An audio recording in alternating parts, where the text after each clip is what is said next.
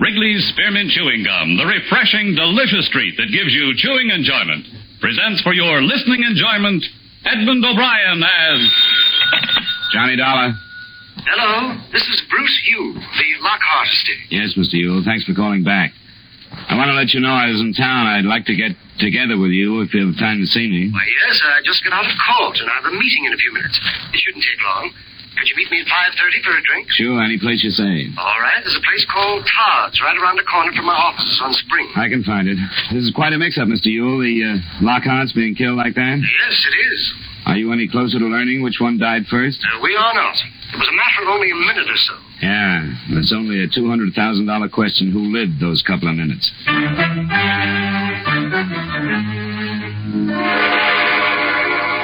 The makers of Wrigley's Spearmint Chewing Gum bring you Edmond O'Brien in a transcribed adventure of the man with the action-packed expense account.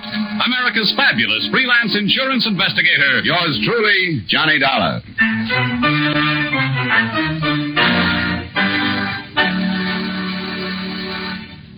For refreshment while you work, or enjoyment anytime, chew a stick of Wrigley's Spearmint Gum.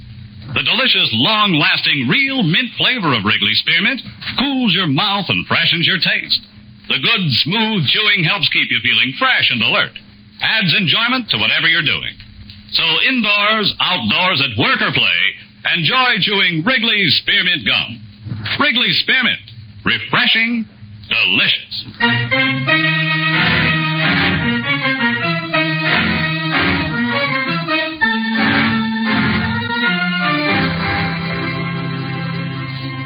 Expense account submitted by Special Investigator Johnny Dollar to Home Office, Washingtonian Life Insurance Company, Hartford, Connecticut. The following is an accounting of expenditures during my investigation of the Horace Lockhart matter. Expense account item 1, $8.90, fare and incidentals between Santa Barbara and Los Angeles. Your Los Angeles agent found that I was on a case in Montecito and saved you some $200 in fare from the East Coast to Los Angeles by bringing me down from Santa Barbara. At 5:30 that same afternoon, I met Mr. Bruce Yule, attorney for the Lockhart estate. You lead off, Mr. Dollar. I'll answer any question I can. So far, I know the bare facts. I tried to get some information from the police, but everybody told me to call some other office. You must have called the local authorities? Yeah, shouldn't I have? Mr. and Mrs. Lockhart were killed in county territory, so it's under the jurisdiction of the sheriff. I was way off then. I was almost up to the highway commissioner when I quit. Well, we have a fairly complicated system here. The Lockharts were killed on the Coast Highway, north of Malibu. They were returning from a visit to Santa Barbara when their car was either forced off the road or went out of control. Crashed through a guard fence and over a bank. What time of night was it? It was about 2 a.m. Now, the actual report was phoned in by the operator of an all-night garage on the highway. But the man was notified by a young woman. She said she'd seen the accident happen, had stopped, and gone down to look at the car. But that's where our information stopped. Yeah. Am I right that she did tell somebody that one of the Lockharts was still alive then, but that she didn't say which one? That's correct. That's what she told the garage operator. His name is Gallagher. And the whole thing hangs on this girl. What's been done to locate her? Well, we put ads in the classified sections of all the papers. It happened only night before last. I'm certain she'll call in before long. I hope so. How often do you look at the classified section, Mr. Yule? Well, certainly we can hope that she has friends she's talked to about the accident. And even if she doesn't see it, why, somebody will and tell her about it. The man in the garage. You said his name was Gallagher? Yes, Patrick. Thanks very much, Mr. Yule. I think I'll rent a car and go out and see him.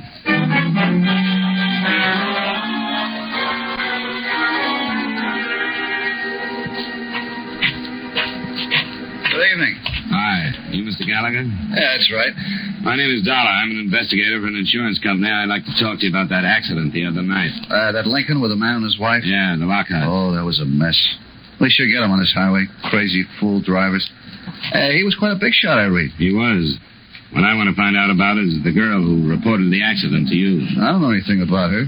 She busted in here all excited and told me about it, and then she left. Never saw her before, and I haven't seen her since. What exactly did she say? You remember? What do you mean? I'd like to learn her exact words if you remember them. What's so important about her? We're looking for her. I'll explain it to you. But do you remember what she said? Not her exact words, maybe. She told me about the accident. She said there were 2 people in the car, and she said one of them was dead, but she thought one was still alive. Can you be sure that she didn't say, I think the man is still alive, or I think the woman is still alive? No, I don't think she said that. Did she say there were 2 people in the car, or a man and a woman? Yeah, I'm not sure. I didn't think anything about that. All I was thinking was calling the police.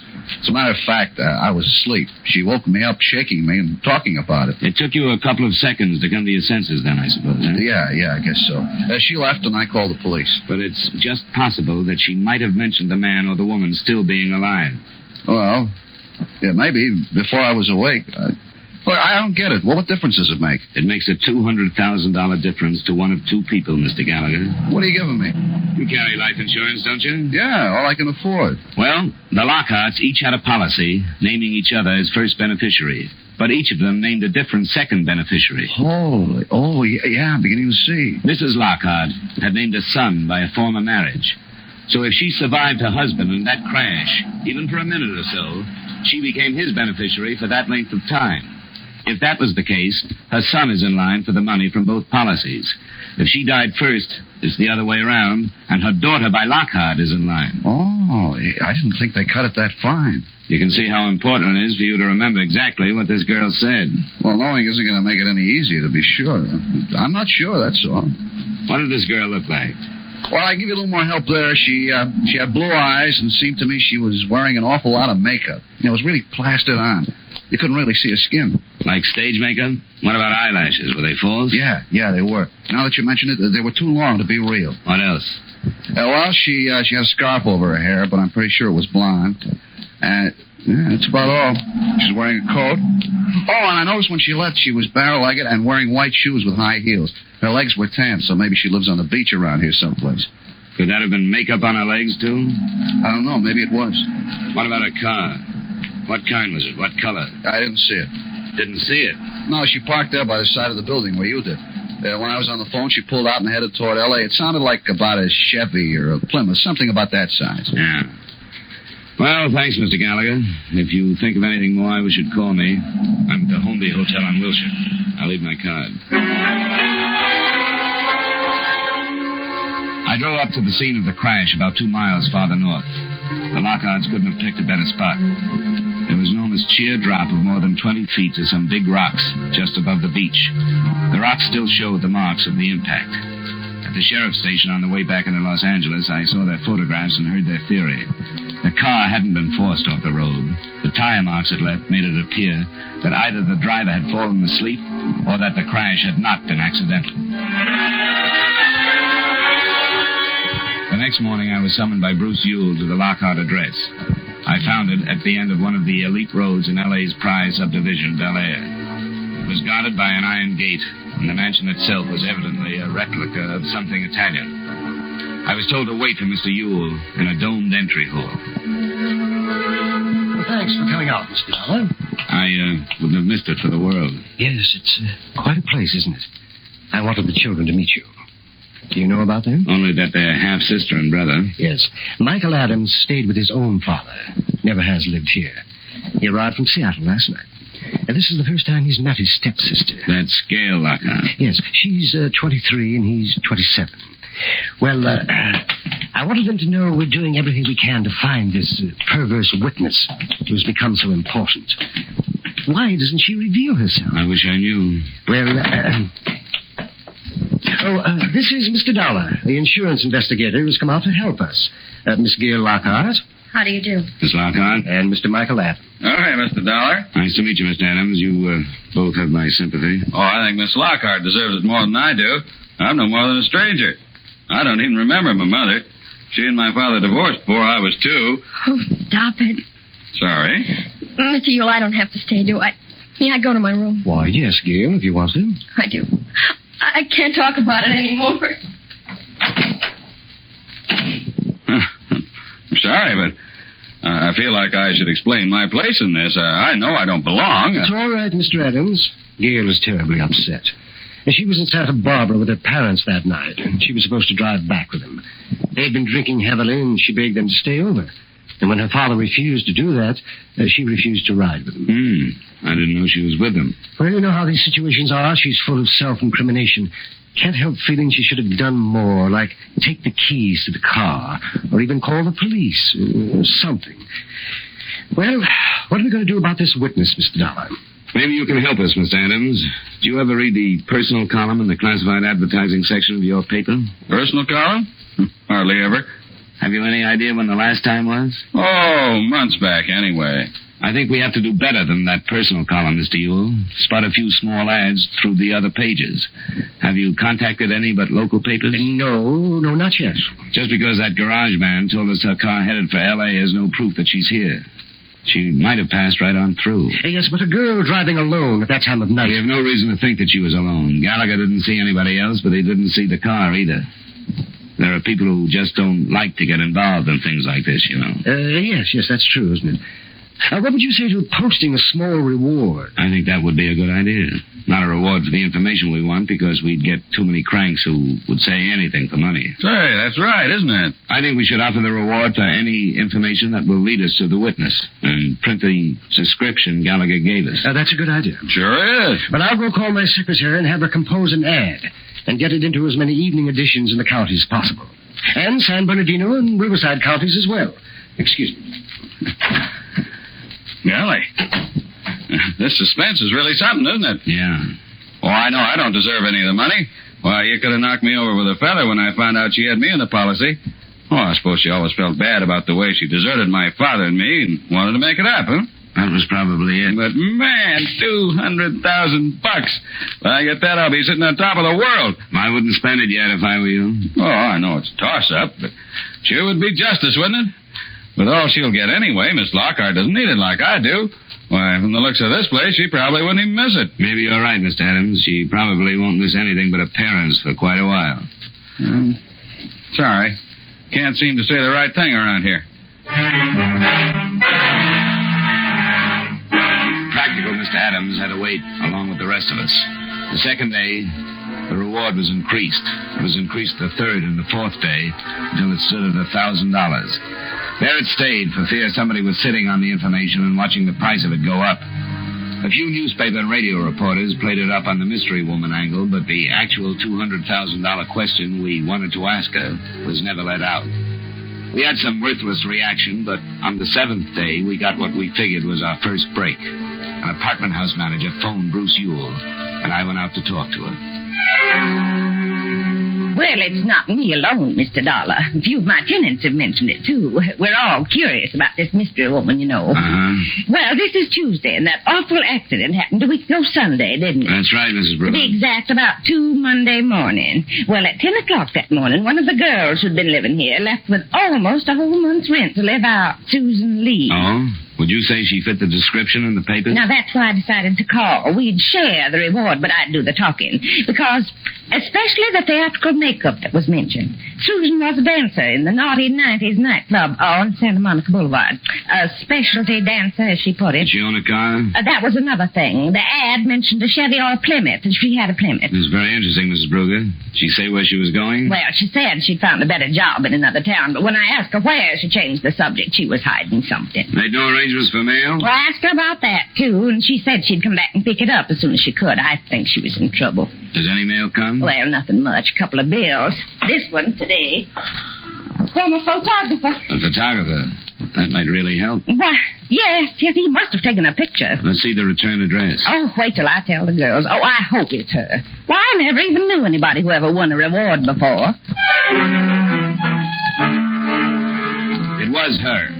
As a matter of fact, things developed quite nicely for the next hour and a half, anyway. At the garage, Gallagher positively identified the girl in the print I took him from the photographer. So at that point, that's what we had, a picture and the name of our witness. The rest of it wasn't so good. It looked like she'd taken a sudden run out for reasons and places unknown. With a 7-day start, she could have reached almost any place in the world.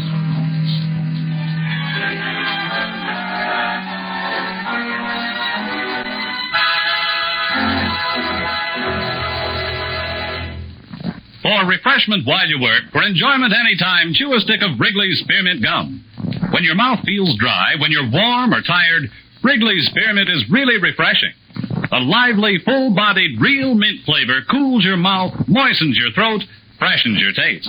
And the chewing itself gives you a little lift. Helps you feel your best and do your best. So for chewing enjoyment plus pleasant refreshment, chew delicious Wrigley's Spearmint Gum. And now with our star, Edmond O'Brien, we bring you the second act of yours truly, Johnny Dollar.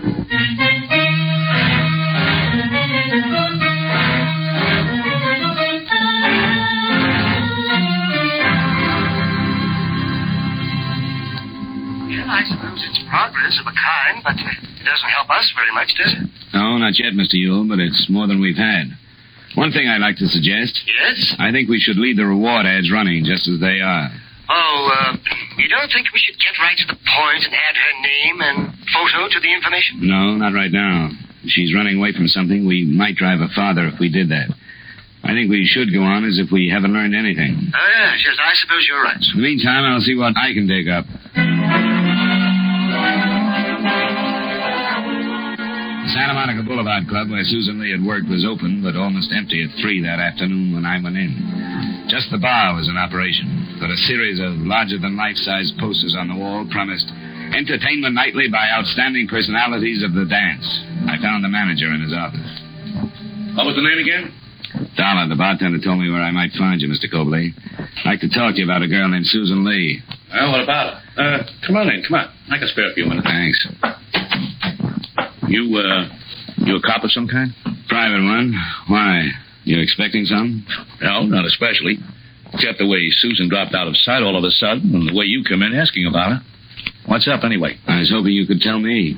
I'm working for an insurance company. All I want with this Lee girl is a statement about an automobile accident she witnessed. Oh, hey. Is this what's been running in all the papers? Yeah, we've been trying to find her for a week. And it's Susan? That's right. What a dope that makes me. And a lot of other people around here. Are you sure? A guy identified her picture. Why didn't I think of that? You know why? Because the papers gave the idea that this dame was coming to Los Angeles from some town up the coast. That's all we know, that she was driving south. How could Susan be driving any place up there at 2 in the morning? Her last show here was 1:45. I'm more interested in knowing where she is now. I take it you don't know. No. Her contract had another week to run, but she called me one morning a week or so ago and said she was sick and could she quit. Was that a Monday morning? Well, I can Yeah, sure it was. She called me at home. We're closed on Mondays. Hey, I think I got something for you. What? Well, one of the other girls picked up a pay for her. She wanted to quit, she told me, and I don't make any trouble with the girls who want to leave. And then she wanted Lamine to pick up her check. Well, I said that'd be okay if she sent a note authorizing it, and she did. What did you say, Lamine? Well, yeah, that's her stage name. You know, these girls get those monikers legalized when they're too young to know any better, and then they're stuck with them. Lamine Dunn. You can tell before you see her that she's brunette and specializes in tassels. Would you mind giving me her address? No, I've got it right over here. Susan must have some hot dough to be worth a $1,000 reward. I wish I could tell you, but I can't. It's worth plenty. No, I wasn't pushing for information. Yeah, here it is. The Wesley on Wilcox. Good. Thanks very much. Oh, sure. I don't care what you don't tell me. But anybody could use a hunk of that reward these days. I'll remember what you've done, Mr. Cobley. We'll see what we can work out. Thanks again. Sure.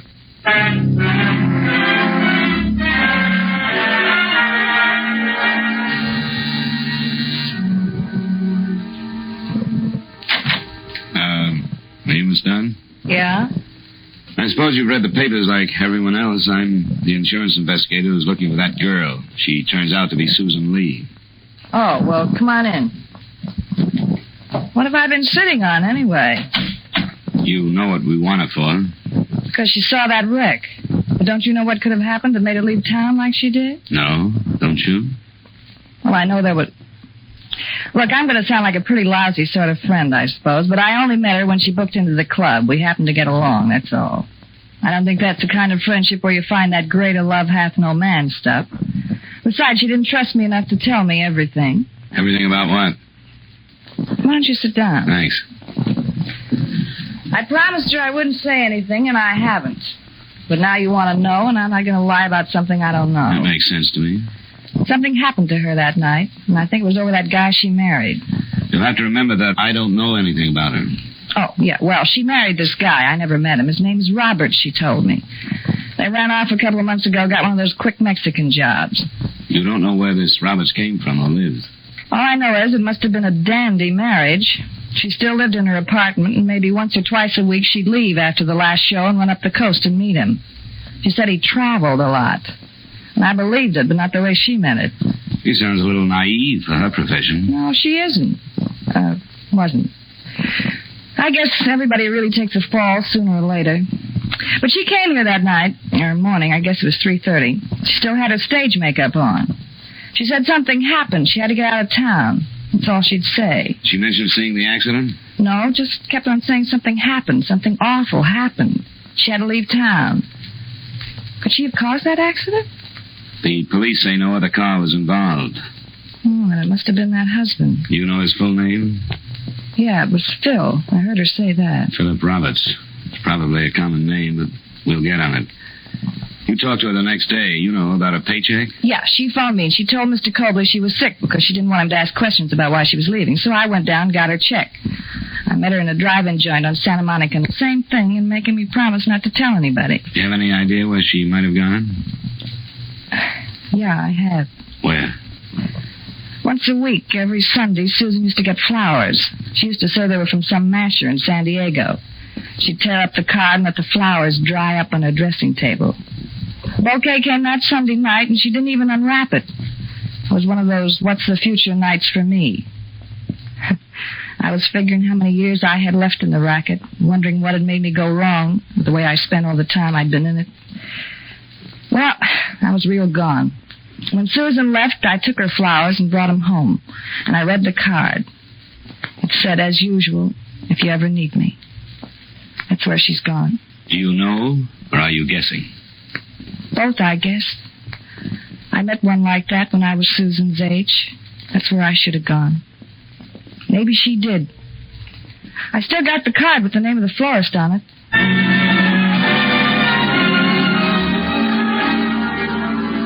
San Diego is some 120 miles from Los Angeles.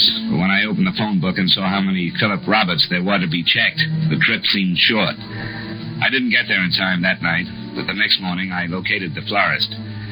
He had no trouble remembering the man who so faithfully sent flowers on Sunday. At noon that day, I found Robert's house, and I recognized the girl who opened the door to me. Yes? Susan Lee? No, she isn't here. Wait a minute. No, leave me alone. Go away. Get your foot out. I didn't know. I didn't have anything to do with it. I didn't know. Let me in, Miss Lee. You don't have to be afraid. All I want to ask you about is the accident you saw last Sunday night. No, you're lying. Let me in. You're lying. I read about your reward in the papers. You tried to trick me. How did you find me? I had to find you. I didn't do it. I didn't have anything to do with it, no matter what she says. You're saying things you don't have to say, Miss Lee. No, I'm not, because everything else you've heard is a lie. What lies have I heard? Who lied to me? I don't know. Don't you think I've spent all night long every night hearing what she said to you? But I believed him. I believed everything he told me. Philip Roberts? That's not his name. I know it isn't now, but I married him. You think I would have married him if I'd known that he was already married? I guess you'd better tell me about it, Miss Lee. I thought I was married to him. We went to Ensenada. Some man married us down there. With a nay. And I thought he was my husband all the time. I was going to quit dancing and we were going to go away. And then Sunday night, I heard them. You were north of Malibu Sunday night? Yes, he rented the cabin for us. When I got there Sunday night, there was another car. I left my car and walked to the cabin, and then I heard them. She called herself his wife, and she used a different name. She called him Carl. I don't know why I listened. I wanted to run. But I stayed and listened to them argue. And found out that I wasn't married to him at all because she was his wife. You don't have to tell me this. Yes, I do. You have to know the truth. I heard her say she'd kill him. And then I left and started to walk toward the highway. And I'd gotten almost to it when I heard the shots. I wasn't near the cabin. I was almost to my car. Miss Lee. When I heard them, I thought I was running away because she'd shot him over me. Where is this cabin? It's about 3. You know where it is. You've been there. You found him. As far as I know, no one has been there. I haven't heard anything about a shooting north of Malibu. You're lying. No, I'm not. But we'll have to phone the police to check the story. You're lying. You're still trying to trick me, but you can't. Stop it. You're lying because you believed her. Go with me. Let go. I didn't do it. I was running away.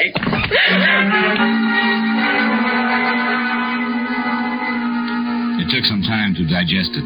I called the police and saw Susan Lee on her way back to Los Angeles with them, and then called Bruce Ewell.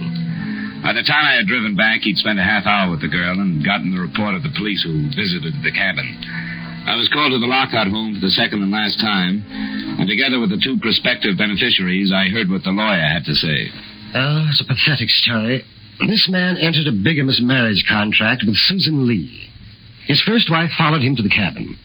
She didn't know about the marriage, but she suspected something. At the height of the argument, she shot him and then turned the gun upon herself. Miss Lee was afraid to surrender as our witness. They're both dead? Well, I'll be... Yes, but actually that's none of our concern now. This tortured girl did witness the accident. And in spite of her own problems, stopped to give what aid she could, which of course was none. Did you get a statement from her, Mr. Ewell? Yes, I'm afraid I did.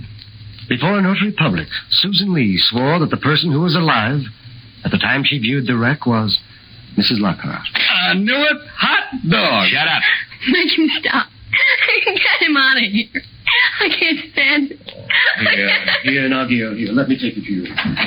It's really true? Yeah, I guess it is, if Ewell says so. Man, $200,000. And for what? For being born to the right mother. That's what I call profit on a small investment. Yeah, I guess that's right. $200,000. Why, I bet I can invest that and live like a gentleman the way I've always wanted to. I wonder how much this house costs. Nothing like this in Seattle, but I might show them a thing or two.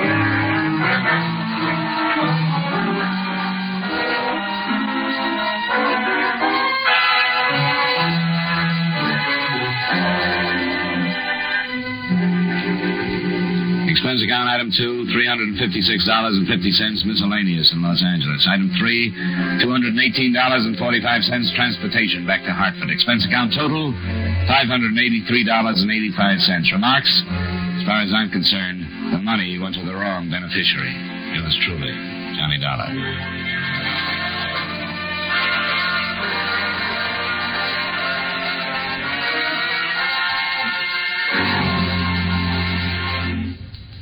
Remember, friends, for refreshment while you work, for enjoyment anytime, chew a stick of Wrigley's Spearmint Gum. There's lots of lively real mint flavor in it to cool your mouth, freshen your taste, and sweeten your breath. And chewing Wrigley's Spearmint helps keep you fresh and alert.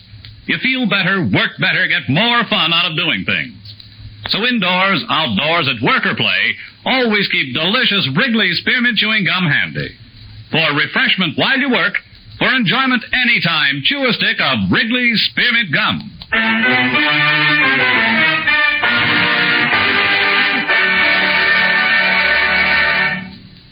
Yours truly, Johnny Dollar, brought to you by Wrigley's Spearmint Gum, stars Edmond O'Brien in the title role, and is written by Gil Dowd, with music by Eddie Dunstetter. Edmond O'Brien can soon be seen starring in the Paramount Pictures production, Warpath. Featured in tonight's cast were Howard McNear, Hy Averbeck, Barbara Whiting, David Young, Virginia Gregg, Eddie Marr, and Mary Jane Croft. Yours truly, Johnny Dollar, is transcribed in Hollywood by Jaime Del Valle. From Hollywood, it's time now for Edmond O'Brien as... Johnny Dollar. Roger Stern, Dollar. Hello, Mr. Stern. What can I do for you? A job. Be in my office at 8 tomorrow morning and bring a packed suitcase. Sure. Just like those. You're going to Cuba. Oh, hot this time of year. Very. See you at 8, Mr. Stern.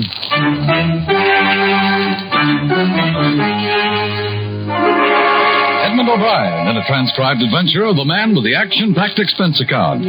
America's fabulous freelance insurance investigator. Yours truly, Johnny Dollar.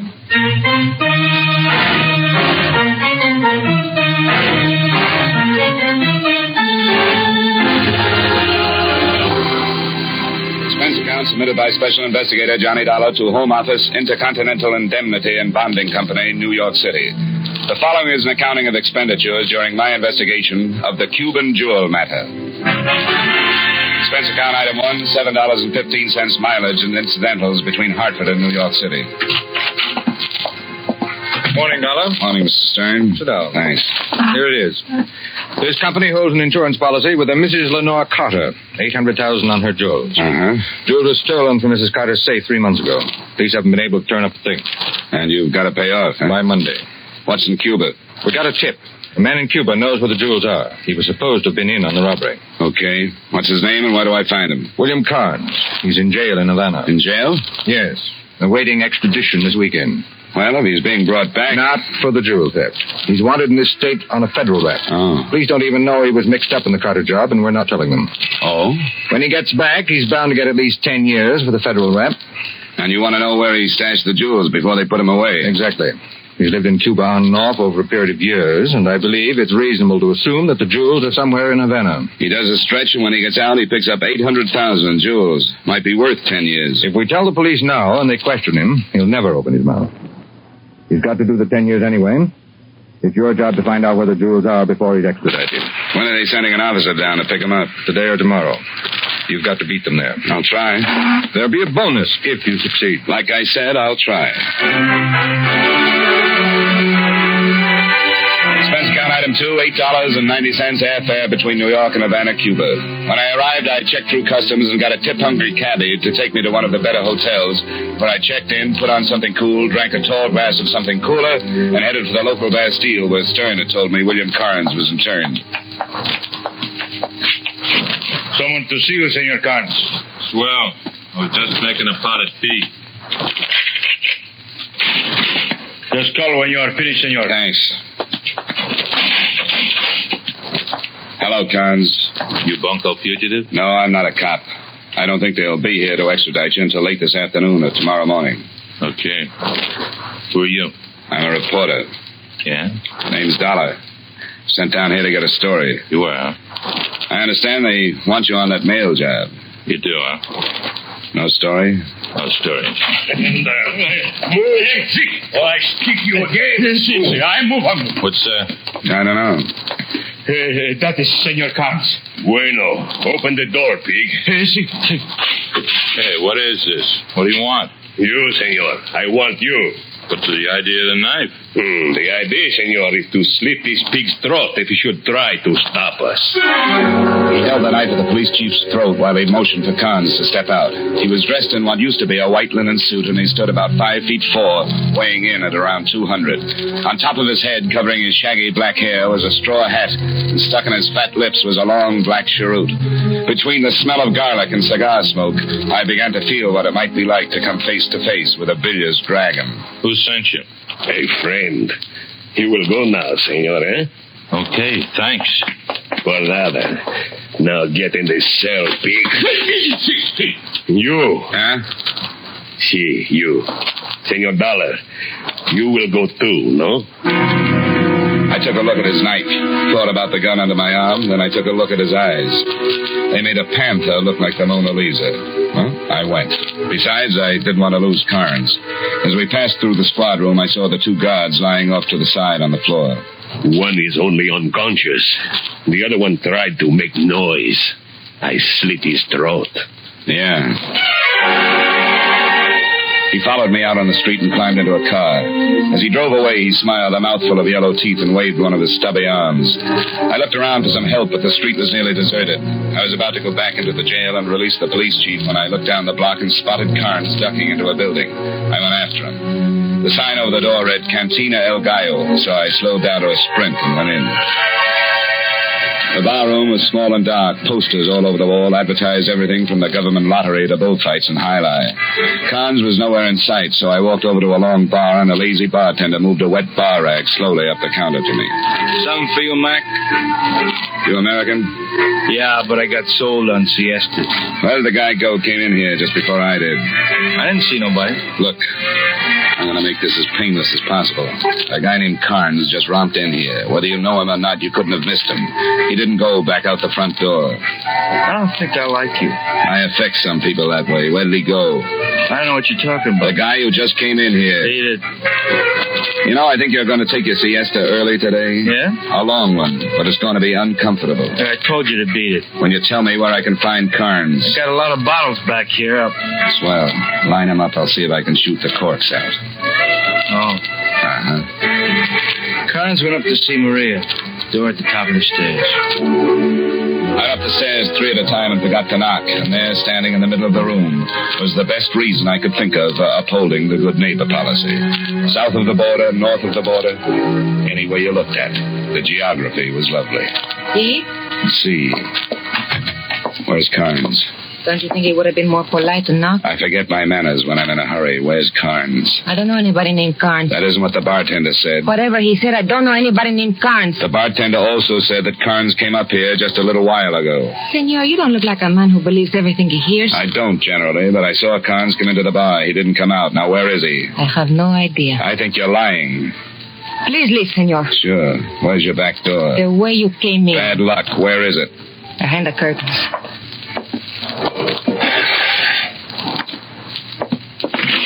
Goodbye, senor.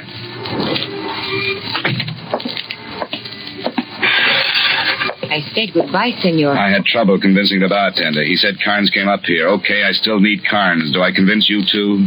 How do you propose to convince me, senor? Well, right now, time's important. $100 worth. I'm sorry, senor. I could be a bully. You might twist my arm. I might. I'm quite stubborn. Good. You're not twisting very hard. My mind was on something else. My lip? A bonus for bringing in Carnes. Yes? 200. Interesting. But not completely? No. 3. That's all my company can afford. Very generous. How well do you know Carnes? He was the best one around. Uh-huh. Was. Where can I find him? $300. $150 now, just to make sure you give me the right address. The Avenida Porfirio, número 3. Thanks. I checked to see if my hair was on fire and left the room filled with smoke. Downstairs, I found out where to find the Avenida Porfirio and left. Avenida Porfirio is about 8 blocks away and a dead-end street. I found number 3, a tired building, slumped down in the middle of a lot of other tired buildings. I tried the door and found it locked, so I braced myself against it and as quietly as possible tore it off its hinge. I sprawled in just in time to see Carnes dive for a dresser drawer. He stopped cold when he saw the .38 in my hand. Okay, don't shoot.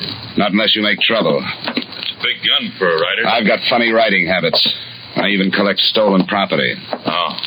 Yeah, $800,000 in jewels. Where is it? We could make a deal.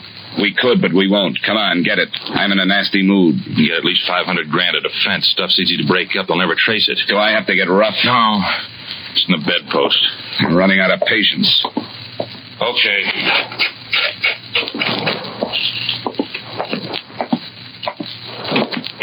Gracias, senor. Huh?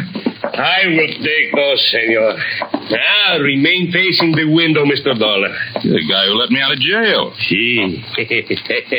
How could I find what I want if you are locked in that filthy jail, eh? You had better drop your revolver, Mr. Dollar. Bueno.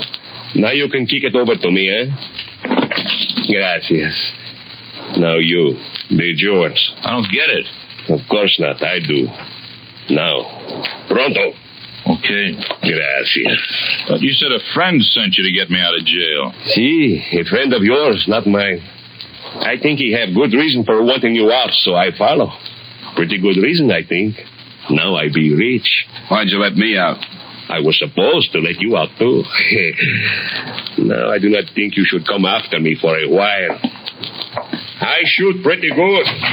Adios, and once more, gracias. Carnes and I both went for the gun in the dresser drawer, and it was like bargain day in Klein's basement until Carnes decided to pick the bedpost and start me on the siesta habit.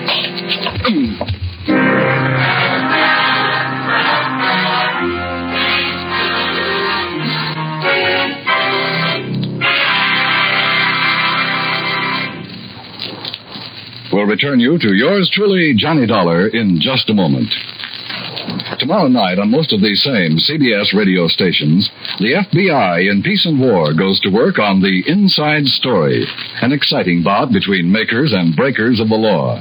You'll enjoy G-Man Shepard's latest case, in which the inside story is one of slick swindlers come to grips with the nation's #1 law enforcement agency. Tomorrow night on CBS Radio at the Star's address.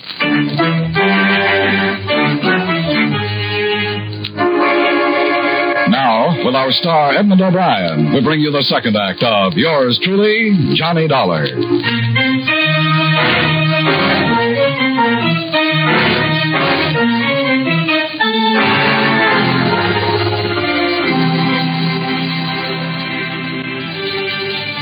The hunk of metal bedpost had put me down and out. When I finally came around, the room was dark and cold. I pulled myself up on my elbows and tried to focus my eyes. My head ached from the scalp wound over my right ear, and through a window, I could see the moon pushing its way over the tops of the buildings across the street. I felt awful. I'd lost the $800,000 in jewels, William Carnes, and enough blood to make a vampire do a schottisch. I finally got to my feet, stumbled out of the building, and managed to find my way back to my hotel, where I washed up and put in a call to Roger Stern at the office of Intercontinental Indemnity and Bonding. Yes, Dollar. Have you located the item? I was in touch with the party you sent me to see. He led me to it. Good. No, a big bundle of garlic that spoke broken English and carried a large gun is now in possession of the item. What? Yeah, I'm sorry, but I'll do my best to locate it. You mean it was taken away from you? To the point of a skull fracture. Where's Carnes? There was a slight jailbreak. He's loose and probably trying to find the little guy who helped him escape. The little guy's got the item. I'd like to know who gave you the tip on Carnes. I can't divulge that. I think it's necessary. Either this little guy knew Carnes had the item, or he knew he was going to lead him to it. He busted him out of jail and then followed him. He even knew my name, and when Carnes questioned him, he said that he was paid to release us. What did this little man look like? Oh, 5 feet 4 or 5, about 200, used a knife on the break, cut a jailer's throat. Now, look, you better tell... Wait a minute. What is it? The police, Senor Dollar. Open the door. What is it? The police. I'll call you back. All right, watch yourself. I intend to. Okay.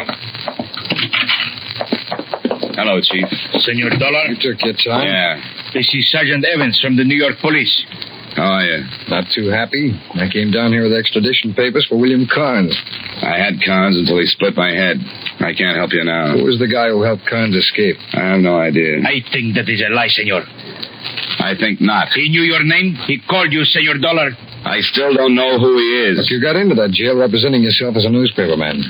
I'm an insurance investigator. Oh, for what company? Freelance. Right now I'm working for Intercontinental Indemnity and Bonding. What did you want to see Carnes for him? Old claims. Tell me about it.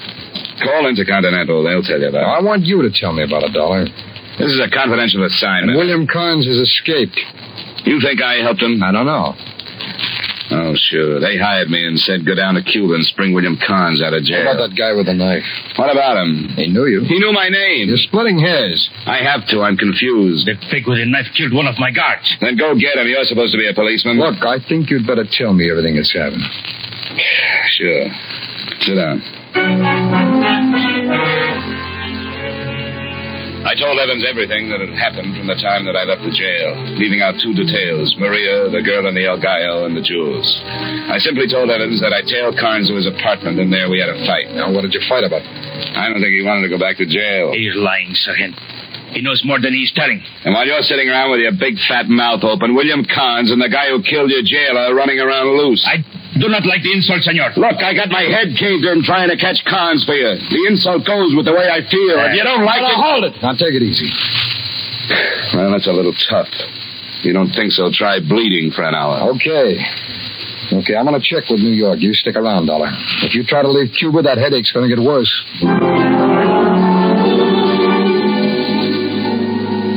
Cuban police chief followed Sergeant Evans out of the door, and I gave them 10 minutes head start before I left the hotel and headed for the El Gallo. The bartender gave me a dirty look that was right in character with his surroundings, and I pulled myself up on a bar stool.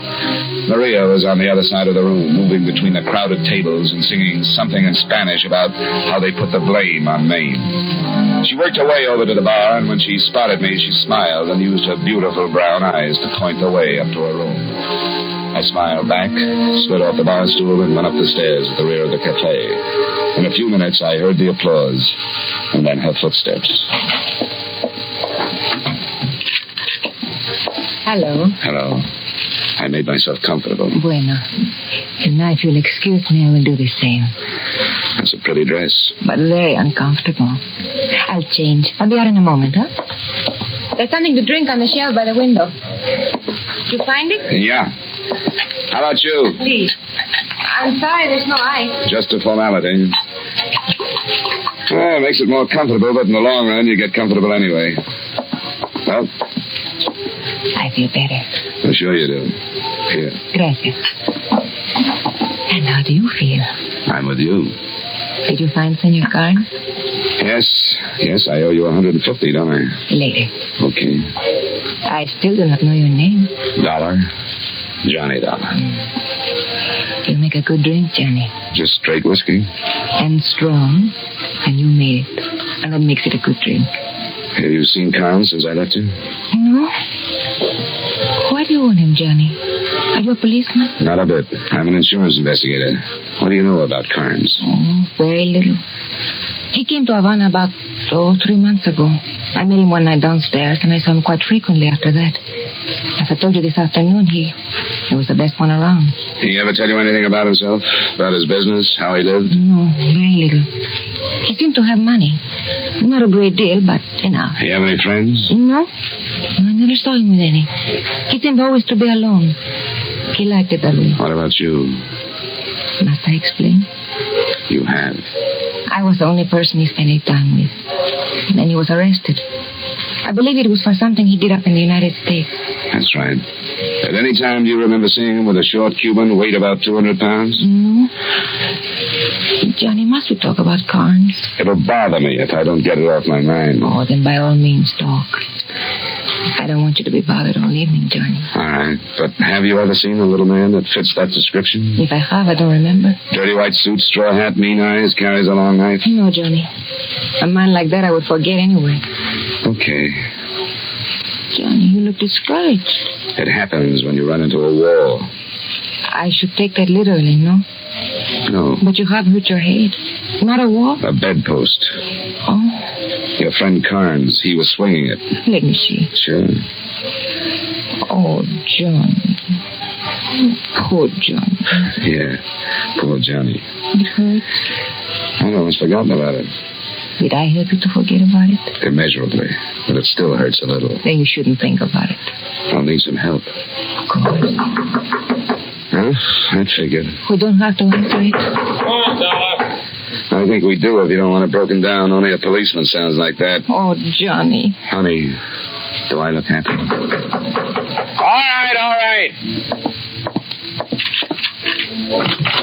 Yeah? I want to talk. You could tell me Stalin and MacArthur just got married and I'd only look bored. All right, let's go. How'd you find me? You were tailed from the hotel. Johnny. I'll be back. Don't make book on it. Only when I've got a winner. I checked with New York. And? Intercontinental Indemnity has no record of having hired you. What? I said they have no record on file of having hired one Johnny Dollar to do anything for. Roger Stern hired me. I've done a couple of jobs for him in the past. The company thought that might have happened. Now, why didn't you ask Stern? He's out of town. Well, I talked with him just before you came over to my hotel. We checked. He told his company he was leaving town for a couple of days. Now, come on. You're under arrest until we do talk to Stern. Did you know where he went? We're checking. He didn't say. Oh, swell. Now, let's go. I want to know all about this job for Intercontinental. Wait a minute. What's the matter? Carnes. Where? He passed by the front door. Come on. You're pulling something Don't out. be stupid. All right, where? There. Look out! Evans! Go get him, Evans. Go get him. I went after Carnes. For 3 reasons I went after him. I was confused, scared, and sore about a good cop named Evans dying in a gutter.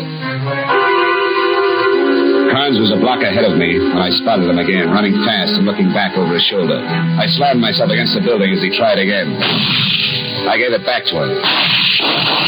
He was still going, but he was dragging it. I'd caught him with one, and he stumbled his way into an alley. I forgot about being cautious and went in after him. The alley was too dark to see him, so I put my back against the alley wall and started edging my way forward.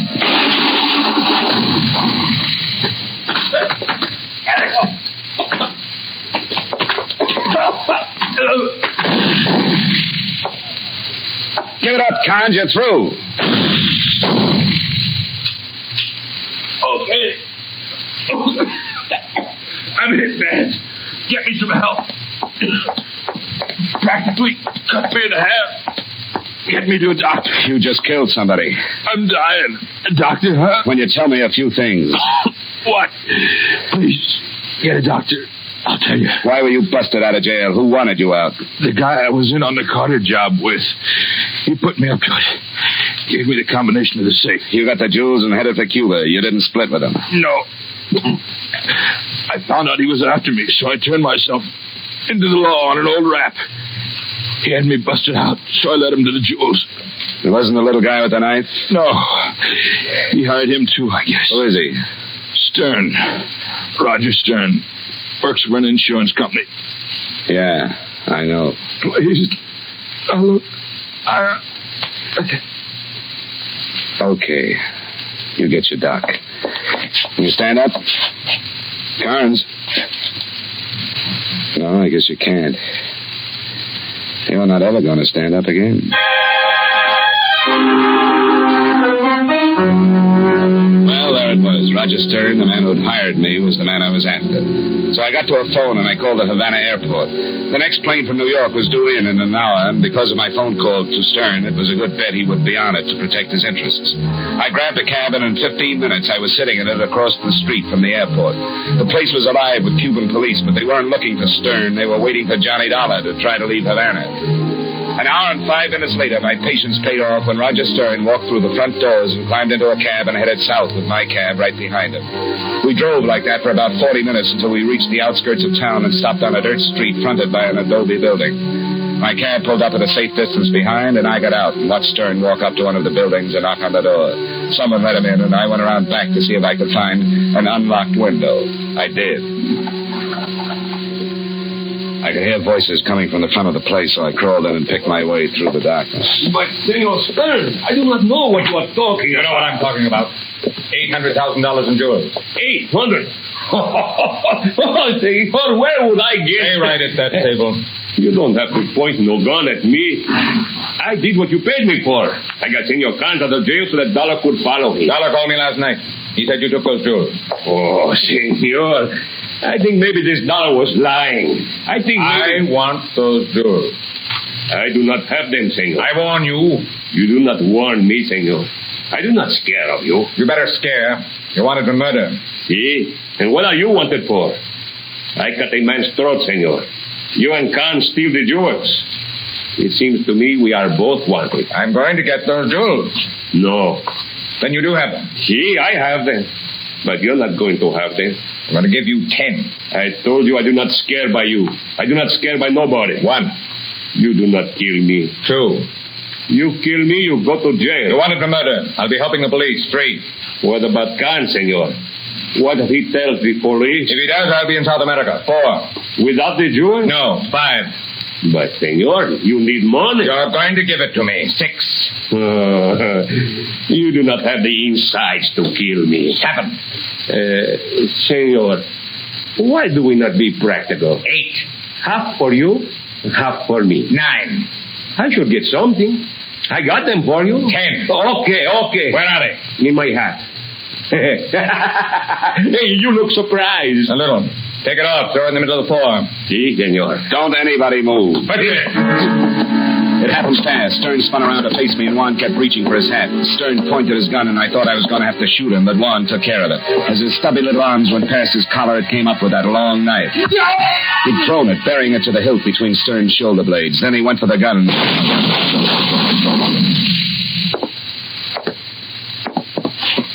The little fat man was lying on his back where 2 of my shots had knocked him. He was as dead as he could get, and his eyes were staring up at the ceiling where the last of his cigar smoke still clung to the dusty beams. His straw hat was pushed back, and 800,000 of jewels had spilled out of his leather bag inside and was spread on and around his fat face.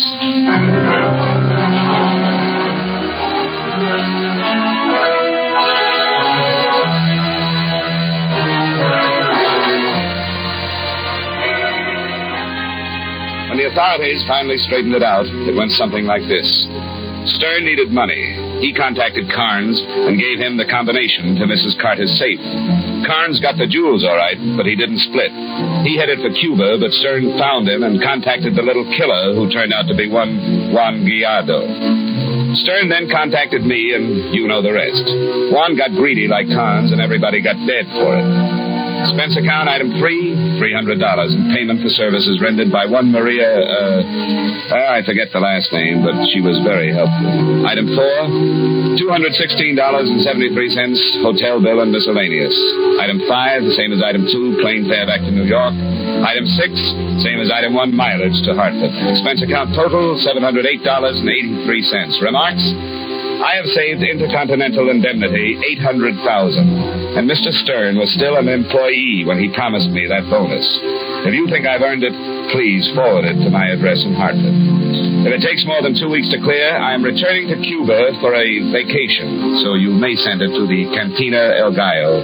Yours truly, Johnny Dollar.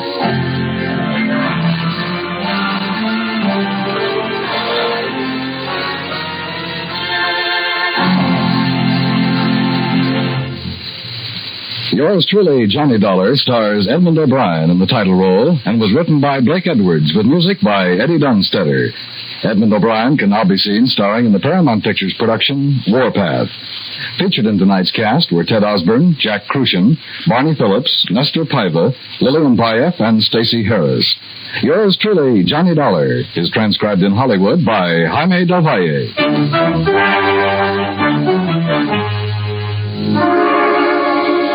This is Dan Coverly inviting you to join us next week at this time when Edmond O'Brien returns as... Yours truly, Johnny Dollar.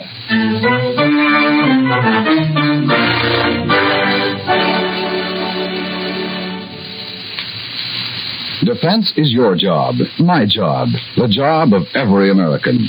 To stay free, to be strong and secure, our country needs the help of every citizen. Defense bonds provide that help. They help to make America strong financially. They help to curb inflation, and they make the individual family more secure. Defense bonds strengthen the military front, the production front, and the economic front. And just as important, buying United States defense bonds helps you by providing you with a safe, sound, profitable investment. Don't forget, defense is your job, too. Buy United States defense bonds.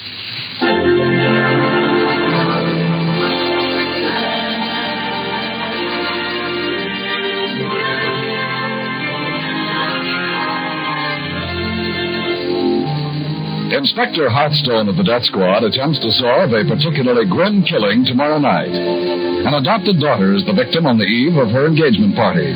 Her fiancé and family are logical suspects. A loss of memory complicates the case. Plan to listen tomorrow night for Inspector Hearthstone of the Death Squad on most of these same CBS radio stations. The address again? Why, we'll sing it. CBS. B for the best. S. Yes, yes, yes. The star's address is CBS. And remember, Rayburn and Finch tie a string around your sense of rhythm every Friday night on the CBS Radio Network.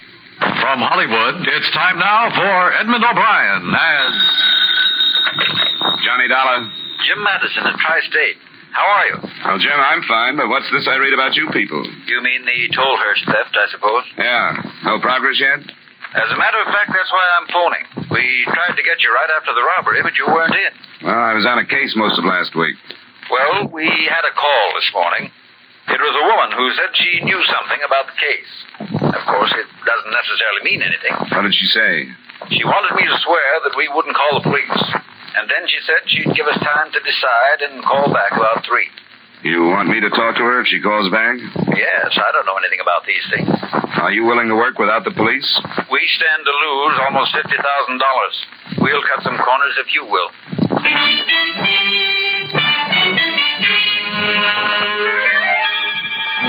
Edmond O'Brien in the transcribed adventure of the man with the action-packed expense account. America's fabulous freelance insurance investigator. Yours truly, Johnny Dollar.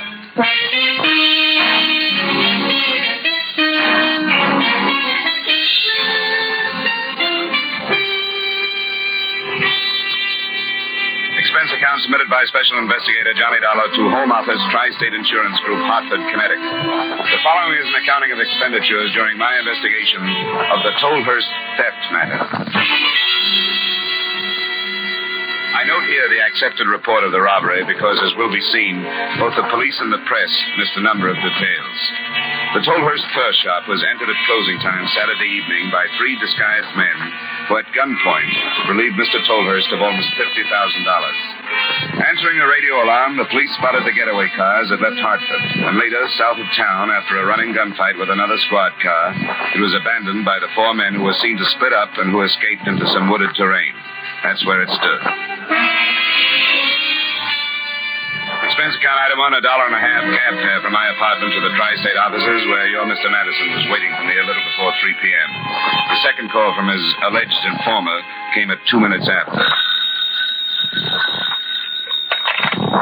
Yes? Yes, put her on. Hello? Well, I'm glad you did.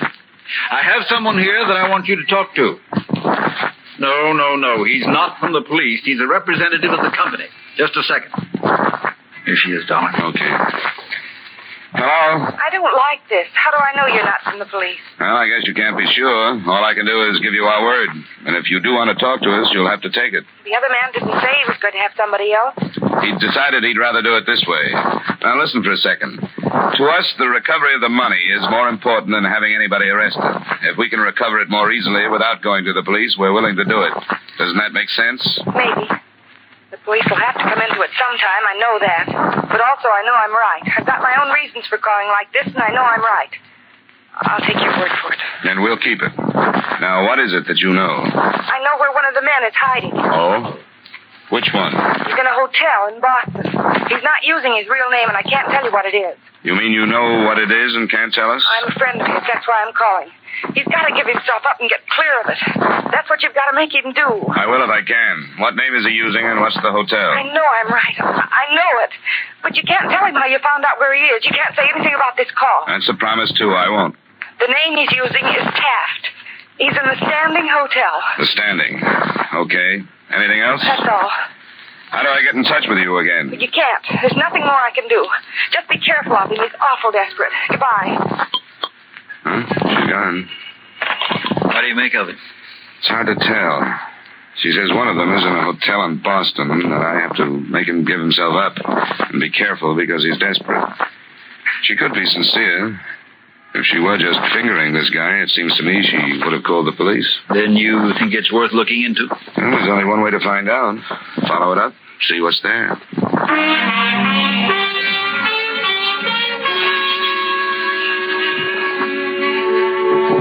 Expense account item 2, $32.50, car rental and mileage between Hartford and Boston. On the way, I tried to figure ways and means of making an appointment with a hunted armed thug, if that's what he was going to turn out to be.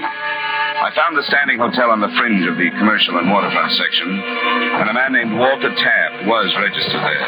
I staked out his corridor and saw him leave his room at about 7:30 that evening. He came back an hour later. When he put his key into the lock, I was strolling toward him. And when he opened the door, I was behind him. Can you hold it a second? What do you want? I want to talk to you.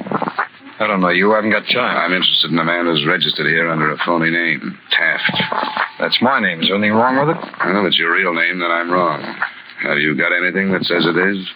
Well, I don't see how it's any of your business, but sure, go on in. Thanks.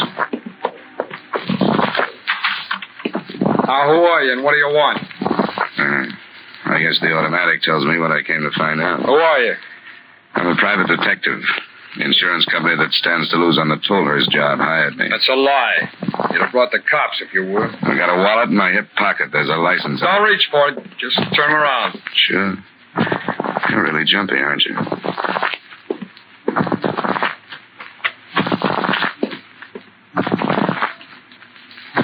Here, catch. You don't expect me to swallow this, do you? You were hired by Alan Less. All right, so you found me. Now, what do you think you're going to do with me? You having trouble with your friend? I said, what do you think you're going to do with me? It's going to help if you can convince yourself I'm telling the truth. We want to recover the money, and if you'll help us to do it, we'll try to see that you get a break. That's a laugh. How would an insurance company find out where I was? Sometimes they get a tip when the police don't. They can pay for information, the police can't. Now, where would they get a tip from? Somebody here in the hotel that figured something was wrong with you. There are fair descriptions out on you and your buddies for size and color and clothes. Somebody could have spotted you. I can't buy it. It happened, and the tip was right. You might do yourself a lot of good going to the police by yourself. Either you're off your nut or you think I am. Come on, start backing up. What for? Because I'm leaving. Go on, get started. If you were thinking straight, you'd talk it over. You're mixed up in a double cross, so you can't believe anything. That's well enough. Who told you about a double cross? You did. You said you thought I was hired by Alan Less. They were in the job with you, weren't they? All right, turn around. Open the closet door. Turn around.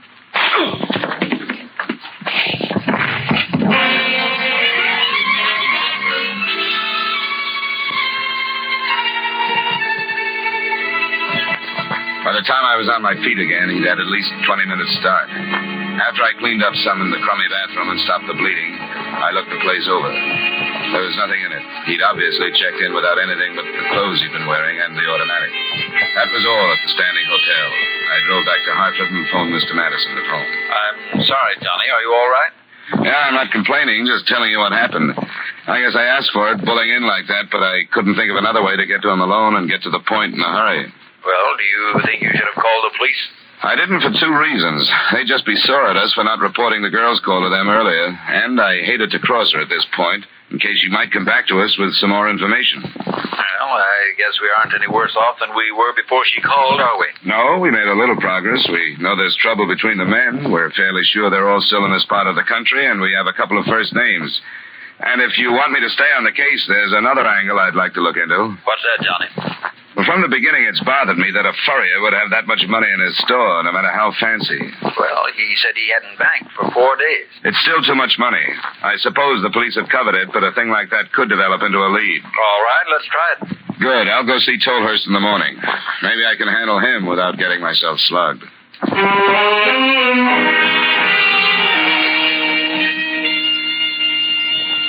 Of course. I'm at your service. Thanks, Mr. Tollhurst. I know you've answered a lot of questions already. Yes, I have. So I won't drag you through the details of the actual theft again. Well, thank you for that. Thank you. Now, the amount of money you lost, almost $50,000. Well, that question again.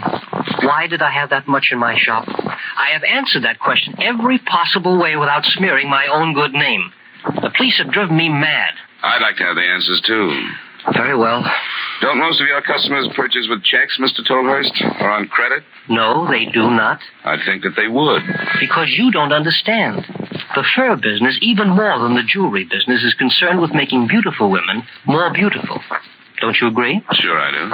Well, hope this doesn't come as a shock to you that there are many, many more wealthy husbands than there are beautiful wives. As opposed to women, that is. So, who would you expect these wealthy husbands to buy the furs for? Yeah, I see what you mean. Cash purchases, too, huh? Precisely. If wifey doesn't get the coat, she'd better not run across a check paying for one. The fur would fly, you might say. But almost $50,000 in 1 week, that's a lot of intrigue. One sable was worth $35,000. And if the name of the purchaser became known, it could literally endanger the national security. I really mean that. It would be discussed from the floor of the Senate. What can I do? There's no record at all of these sales? Barely enough to keep my books legal. I've rather specialized in this cash and carry trade. If I was strapped to the rack, I couldn't name these men. I'm helpless. I think the insurance company might be able to fight your claim because of the stand you're taking. Had you thought of that? Oh, no, I hadn't. Well, it makes no difference. I'm completely helpless. Unless a member of the board or somebody is an old customer of mine. And that is possible, you know.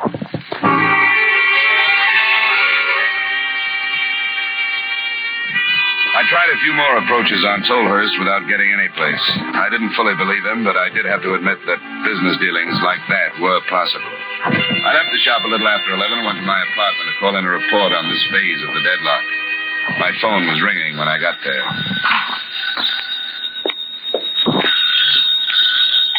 Hello? Hello? Help me. What? I can't hear you. Who is it? Yesterday. You're the woman I talked to yesterday? Yes. You got to help.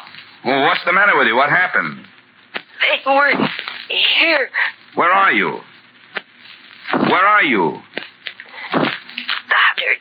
Stoddard Street? Yes. What number? 5860. 5860. An apartment number? Number 12. All right, I'll be there in 10 minutes.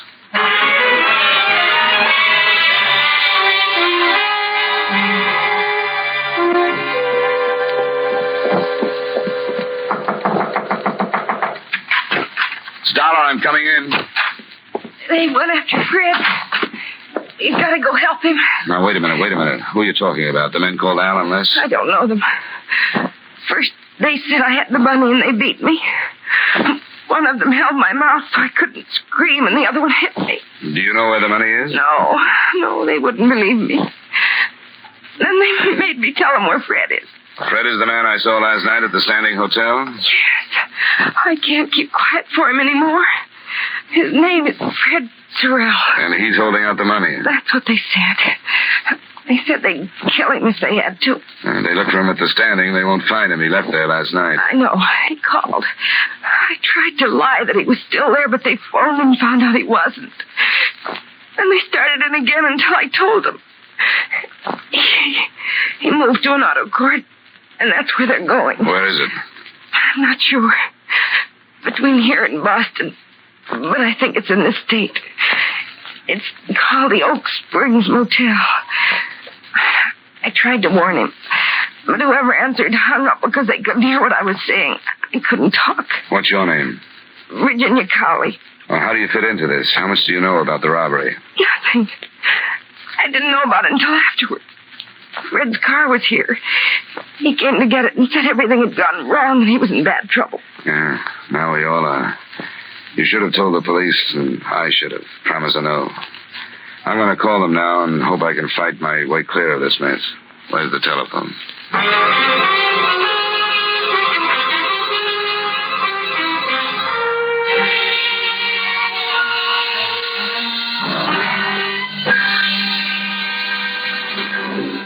We will return you to yours truly, Johnny Dollar, in just a moment. Americans now have a double job to do. We must produce enough goods to supply our armed forces, and we must also see that civilian needs are met so that we can prevent further inflation. Better production means greater strength and greater insurance that our free American way will continue. Do your part. Now with our star Edmond O'Brien, we bring you the second act of Yours Truly, Johnny Dollar.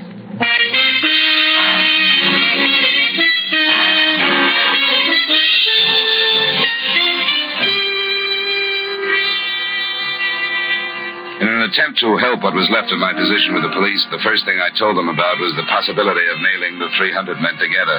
But that backfired, too. It took me 20 minutes to learn that the Oak Springs Motel was about 12 miles south of town, and it took me another 15 minutes to get there. 2 squad cars were in the driveway, and that looked all right.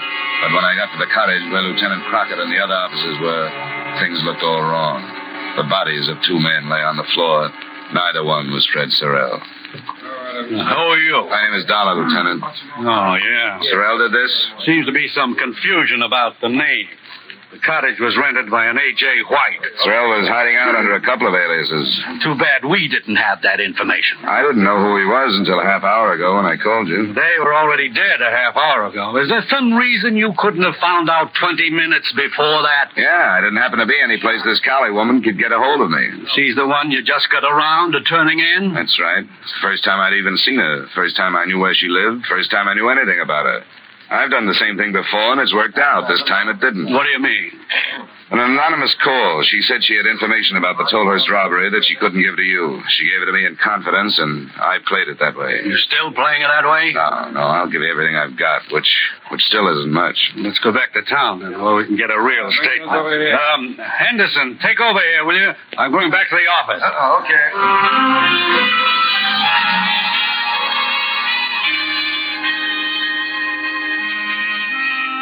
I didn't score very heavily with the lieutenant. He listened to my story point by point, but as he mentioned, actually the only useful thing I gave him was a slightly better description of Sorrell than he'd gotten from the manager of the auto court. I don't know what to think about it, Dollar. I know you guys figure you can operate that way, and maybe it works sometimes. Sure, people will talk to you when they won't talk to us. But you're always taking a chance that it'll get out of hand like this did.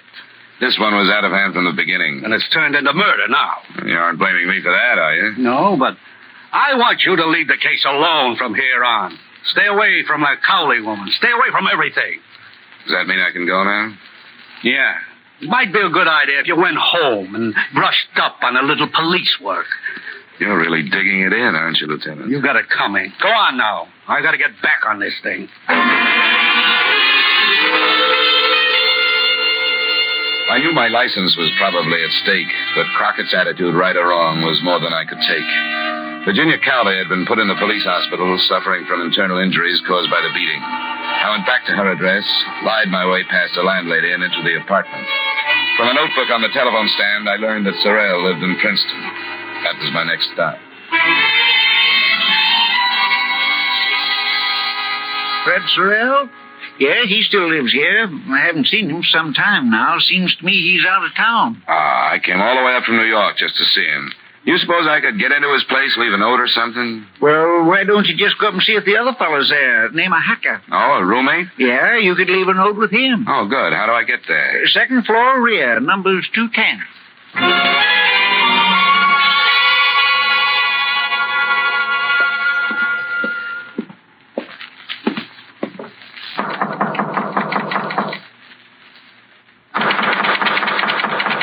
Yeah. Who is it? Friend of Sorrell's. I've got to see you. Can't sleep in this joint. What's the matter with that jerk, anyway? Fred? When did you hear from him last? A couple of days ago. In some kind of trouble. He sure is. Wanted to borrow some money from me, the lazy jerk. Told him to go take a jump or get a job. One or both. He wanted to borrow money? Yeah. Want me to mail him $50. What's the matter with him anyway, you know? Yeah, he's done it up pretty good. Have you heard about the Tollhurst robbery? What are you handing me? You know a couple of his friends called Al and Les somebody? Hey, who are you anyway? Here. Detective. You ain't telling me Fred's mixed up in nothing as big as the Tollhurst thing. He ain't got the brains. He hasn't if he has to write you for $50 after he pulled it. What about Al and Les? Yeah, Les Vernick and Al Hudson. I met them, but that's all. Left them out of town. They're in it too, huh? Hey, you ain't pulling my leg, are you? No. Did he write you from Boston by any chance? The Standing Hotel? Using the name Walter Taft? That's right. Knew those guys were no good, and I told him so. He was always talking big money. I never thought he had the guts for anything like that. Don't congratulate him. He built it up to murder today. Oh, quit it. It must have been Al and Les. You'll read about it, but for now, take my word for it. There was a double cross, or they figured there was. They were both shot, and Sorrell is still on the loose. This is straight. He wouldn't come here, would he? I don't know what he'd do. He must be half crazy by now. Can you think of any place else he might go? He's got a girl he mooches off all the time. Yeah, I know about her. He wouldn't go there, not now. He wanted a place to hide out. He was driving his car so he could travel for some distance, but not far. If he's thinking at all, he'll know he has to get rid of it. I don't know. I'm not holding nothing back. A guy does anything like this, he doesn't deserve help from anybody. Well, this time, he probably thinks he does. You don't think he'd pull his old lady into the mess, do you? He might. Where is she? She's got a farm. I never saw it, but he talked about it once in a while. Little place she runs with an old guy helping her. It ain't far from here. Do you know where it is? Somewhere west. Hey, that's her picture. I think the name of the town is on it. Down here in the corner. I just remembered. I noticed it. Torrington. Sure, I know where that is. About 25 miles. I'd like to look at some of the rest of his stuff, if you don't mind. Go ahead. If this is as bad as you say it is, you can do anything you want. If you don't mind, I'm going to move out until this is cleared up. I don't want that crazy jerk to be coming back here while I'm around.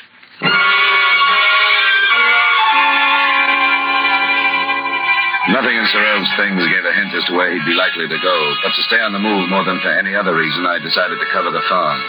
And to stay on the safe side, I stopped by my apartment to pick up a pocket gun.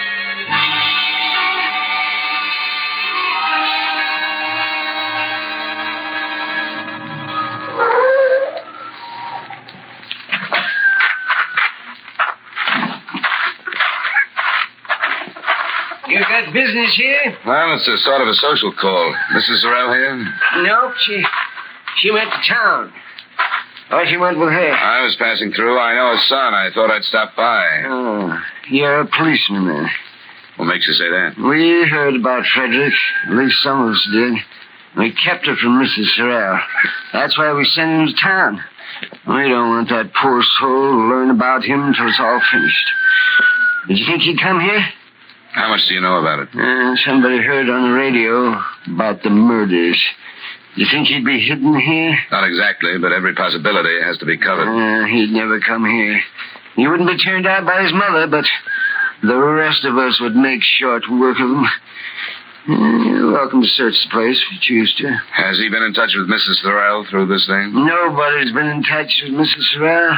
She don't read her own mail or papers either, because she's blind. She don't listen to the radio or talk on the telephone because she's nearly deaf. Frederick is a rotten apple that hasn't been allowed back here for 3 years. And she doesn't know about him? Not for almost that whole time. Oh, yeah, she thinks he's a big success in the hardware business. And we've talked about it already. We think he's going to start a business in Australia. And his mother will think he's there until she dies. And you ain't going to tell her any different. I don't see why I should. Want to search the place? No, I don't want to, but as long as I'm here.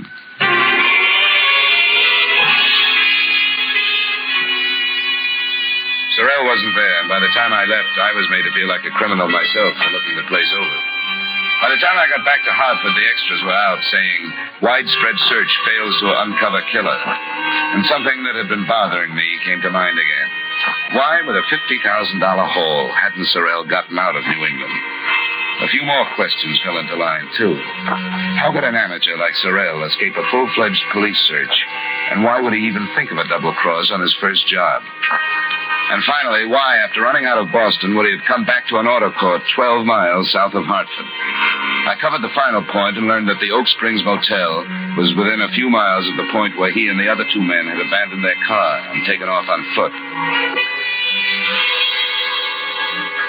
I thought I told you to stay away from this case. You can't take away my right to make a living, Lieutenant. I found his car. Isn't that worth anything? How do I know what it's worth? It's something you haven't done with all your roadblocks. I'm 5 minutes away from his car, and I think he'll come back to it as soon as it starts to get dark.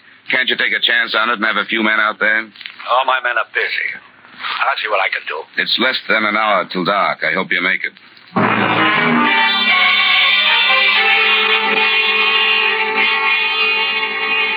I'd come back to the auto court and then found the approximate spot where Sorrell and his friends had left their car.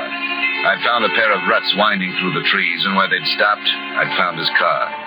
When I got back to it after talking with Lieutenant Crockett, I put my car under as much cover as I could find and waited. I was still there alone when the sun started to set. And then I heard him before I saw him. You! What are you doing here? Don't try with a gun, Sorrell. I've got one, too, this time. What are you doing here? I've been almost every place else. Doesn't make any difference to you that I'm here. There's no place for you to go anyway. You've been safe here in the trees. But you couldn't get any place else. I could make it if I wanted to. No, you couldn't. You missed when you didn't make it before everybody knew who you were. Right after you pulled the job, yes, but not now. You must have realized that. I can make it. Not now. Why didn't you go any farther than Boston? Why did you come back to Hartford? I had my reasons. You still got them? What do you mean? You killed Les Vernick and Al Hudson and then came right back here to the trees. I don't think you double-crossed them. I don't think you even got the money beyond this grove. You know where it is? No, I don't, Sorrell. That's only what I think. And you had to kill them because all they could figure was that you double-crossed them. You want to help me? You want to? It's here, all of it. It's too late to help. You killed them. But it's all here. $50,000. I came down the road, and then I turned that way. That's when they were shooting at us. I was carrying the money, but I was excited. Al and Les went that way, and I came this way. I'm sure it was here. Yeah, I remember that big tree. I went past it. I'm sure. You could find $200,000 and it wouldn't do you any good. Yes, it would. You could buy anything with money, and it's all here. I know it was here because I ran on this road, and then this is where the road ends. Then I went past that tree. If I could just remember how far I went. Because I put it down, and I covered it over with some leaves.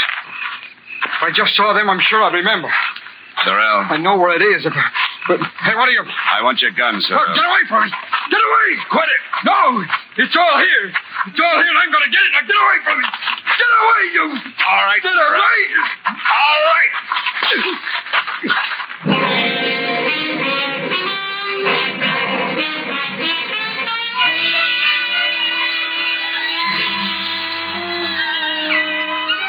Expense account item 3, extra mileage, etc., $43.60.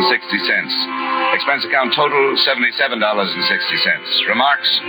A police searching party finally found the satchel of missing money, so the company is not out. Lieutenant Crockett and I finally got together, so I'm not out. The girl is nothing. So it leaves Sorrell, who really lost his mind over money, and the furrier Tollhurst, who didn't lose anything, not even that universal customer, the wealthy American husband. Yours truly, Johnny Dollar.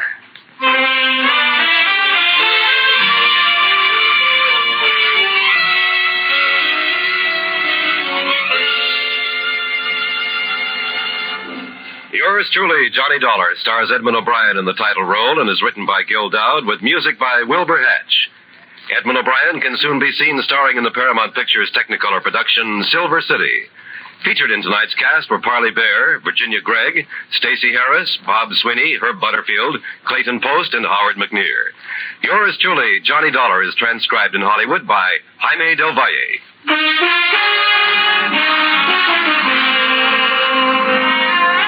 This is Dan Coverly inviting you to join us next week at this time when Edmond O'Brien returns as... Yours truly, Johnny Dollar.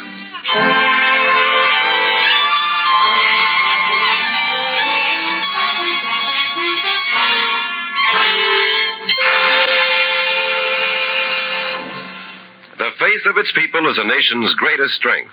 You can show your faith in freedom, and you can help keep America free by investing regularly in United States defense bonds. Remember, peace is for the strong, security for those who earn it. Start now investing in peace and security by investing in defense bonds. Buy an extra bond now. Buy United States defense bonds.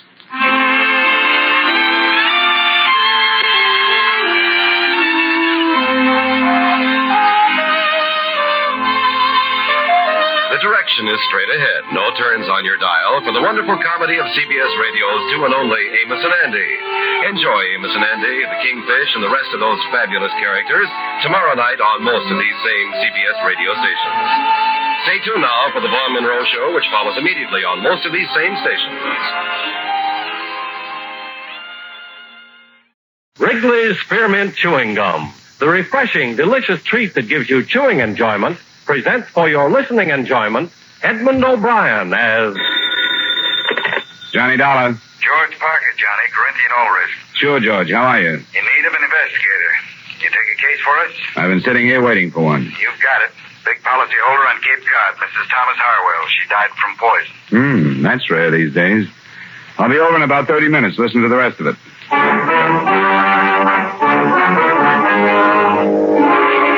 The makers of Wrigley's Spearmint Chewing Gum bring you Edmond O'Brien in a transcribed adventure of the man with the action-packed expense account, America's fabulous freelance insurance investigator. Yours truly, Johnny Dollar.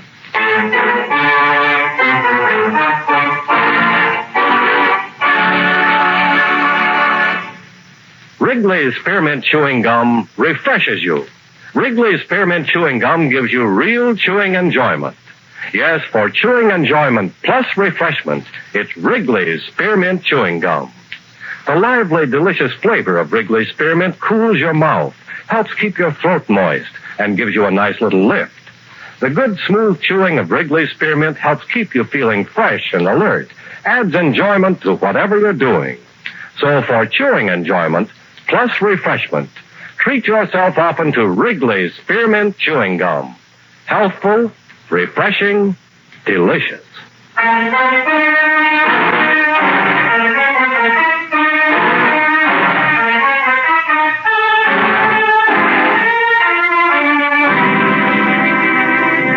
Expense account submitted by Special Investigator Johnny Dollar to Home Office, Corinthian All Risk Insurance Company, Hartford, Connecticut. The following is an accounting of expenditures during my investigation of the Amelia Harwell matter. Expense account item 1, $250, cab fare from my apartment to the Corinthian building and the office of George Parker. Well, first, do you know the Harwell name? Are they the textile people? That's right. Strange sort of family. Fortune was built by the deceased father. She was his only child. He naturally had wanted his son to carry on the name and the business. So he trained her, Amelia. She took the man's place all her life. How old was she? Something over 70. And did she still head up the business at that age? She took a very active part. What about the poison? I haven't gotten any of the details on that. That'll be up to you. Anything on the surviving family? Yes. I have it here. The husband, Thomas, a daughter, Maxine, and a son, Dexter. Here, you keep it. Got the ages and all. Thanks. From what I can gather, she was an extremely domineering woman. Ran her household like a factory. There must have been very little warmth toward her. Then, when you consider the fortune she's leaving and the insurance... How much did she carry? Too much. $150,000 for the family and over $200,000 with the corporation as beneficiary. That kind of money you should have hired me earlier as a bodyguard. Expense account item 2, $40 car rental and $22 fuel and incidentals between Hartford and the Harwell estate on the eastern shore of the Cape near South Wellfleet.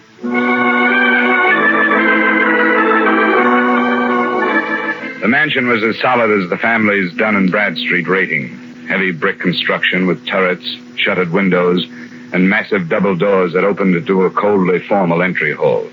The widower Thomas, as might have been expected, was the rabbit type. Pinch glasses, high-stuffed collar with string tie and sparse hair. I was announced to him in the library where from the wall a life-size portrait of Mrs. Harwell seemed to be keeping an eye on the proceedings. Well, how do you do, Mr. Dollar? Nice of you to see me, Mr. Harwell. That will be all, Bryden. Yes, sir. You close the door, Bryden. Yes, sir. Please sit down, Mr. Dollar. Thank you. Well, these things are always hard to start, Mr. Harwell. I'm accustomed to bluntness, Mr. Dollar. Besides, I've talked about Mrs. Harwell for almost 50 years. I see no reason to hesitate now, because she's dead. She was poisoned, you know. Yes, I'd heard. But I don't think she minded. You don't think she minded? Mrs. Harwell was an invalid. She had a very short time to live. I didn't know that. Well, very few people did. She hardly admitted it to herself. Mrs. Harwell was a very strong woman, one who despised weakness, yet made everyone around her weak. Neither of these points have been released to the papers, the illness or the poison? No. Due to a friendly gesture by the police, she's been spared notoriety. She wouldn't like it to be known, so it isn't. Was she in pain, Mr. Harwell? She never told me. Do you think she could have taken the poison herself? I hardly think so. That would have been an admission of defeat. I see. Do you have any idea how she could have gotten the poison, then? You're asking me if I suspected children, and you're finding it difficult to do so. Is that correct? It's hardly a pleasant thing to bring up. The time for delicacy is past. I'm afraid I don't approve of my daughter or my son at all. Oh? They're the worst sort of rich men's children. Or rich women's, I should say. I was never allowed to be their father. All they've had is a mother. They have no gumption, no ambition. They've been overly educated and have developed nothing but insatiable lusts for their mother's money. And it's too late to change them. Without it, they could not exist. I understand they live here. They do. I should have Bryden call them to the drawing room if you wish. That won't be necessary right now. What about the servants? Well, there are 8. Mrs. Harwell settled a small amount on each, but unfortunately they are above suspicion. They're common people, and as a result, good. Did Mrs. Harwell have a nurse? She wouldn't hear of it. Well, certainly a doctor, then. Yes, Dr. Stevens in the village. Thanks, Mr. Harwell. I won't take up any more of your time. You're welcome any time, Mr. Dollar. Please give Dr. Stevens my regards.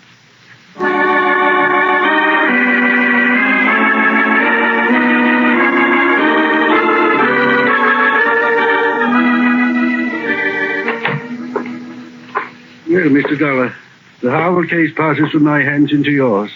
I wish you more success than I've had. Thanks, Doctor. Amelia was not only a hopeless cancer victim, but she was a stubborn old fool. I could have saved her life with surgery 3 years ago, but I made the mistake of advising her, and advice was something she could not accept. You've been friendly with them that long? I've tended them longer than that, but friendly is hardly the word. I brought each of their children into the world, but have yet to use the given names of any of them. In their presence, that is. Well, I'm glad to talk to somebody like you. I found talking to the old man a little rough. I'm used to survivors being sad about death or suspicious or something. I'm afraid that with Thomas, instead of a feeling of grief, it's something akin to passing from slavery into freedom. And the children, are they as worthless as he makes them out? I'd say so. Maxine, the oldest, is a bitter, frustrated old maid at 33. And Dexter, 32, is an alcoholic and has just entered into an unsuccessful marriage. Do you think either of them could have killed their mother? I'm in no position to accuse any of them, but there is the inheritance and your insurance. Fine household. How long would she have lived? It's hard to say. 2 months, possibly 3. The family know that? I've been honest with them. Then why kill for profit? I don't know. Could it have been a mercy killing? I've wondered. It doesn't sound like them. Take a risk like that, but it's a possibility. What kind of poison was it? I don't know. I've been asked to attend the inquest this afternoon. If you'd like to call me at home this evening, I'd be glad to tell you what I've learned. Thanks, Doctor, I will. So far, except for lining the family up and accusing them one by one, I can't seem to map out a move. What about this marriage you mentioned? Dexter's? I don't know much about it. The girl's name is Gretchen Nielsen. She owns a small photographic studio just down the street. Small business, huh?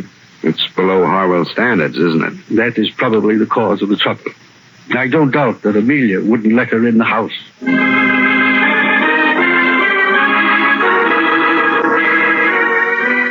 Through the plate glass window of her studio, Gretchen Nielsen looked like a girl anyone would enjoy having around the house.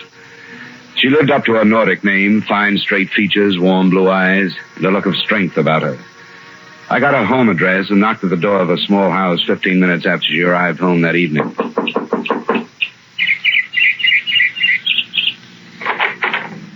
Miss Nielsen? Yes? I guess I should have said Mrs. Harwell. My name is Dollar.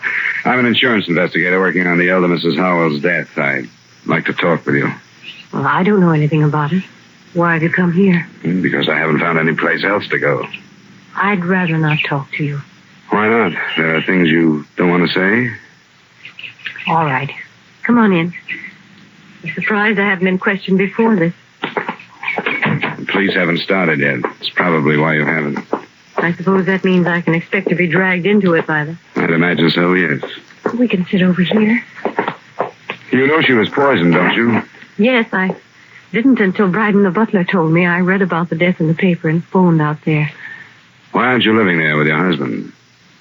You have no right to ask me things like that, have you? You don't have to answer my questions, but it might be a good idea to get things out in the open. Why? Because there has to be a reason for Mrs. Harwell to die the way she did.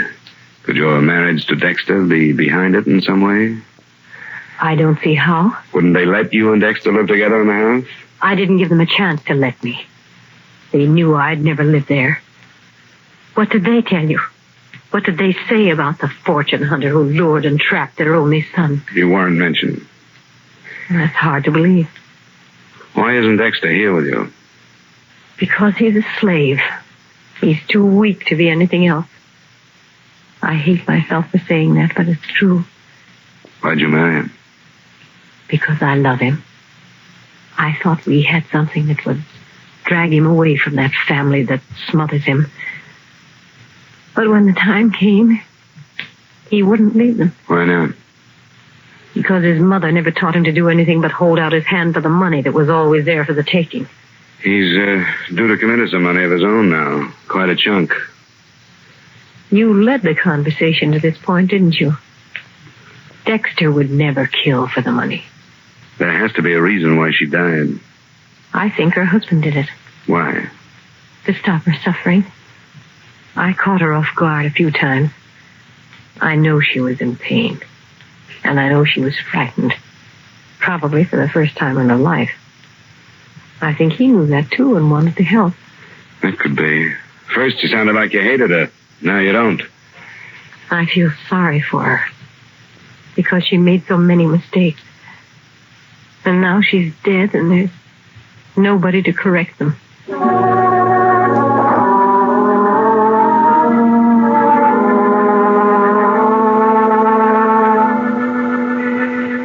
I didn't string out my meeting with Gretchen Harwell and May Nielsen. I left, went to my hotel, and at 7 phoned Dr. Stevens.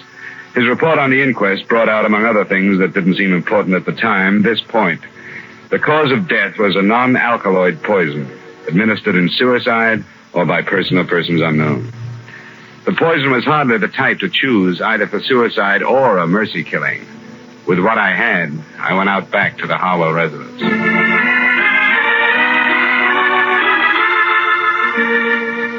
I'm sorry, sir. Mr. Harwell has retired. Is the rest of the family up? Yes, sir. I wonder if you'd tell them that I'd like to see them. Very well, sir. If you'll wait in the library, I'll tell them you're here.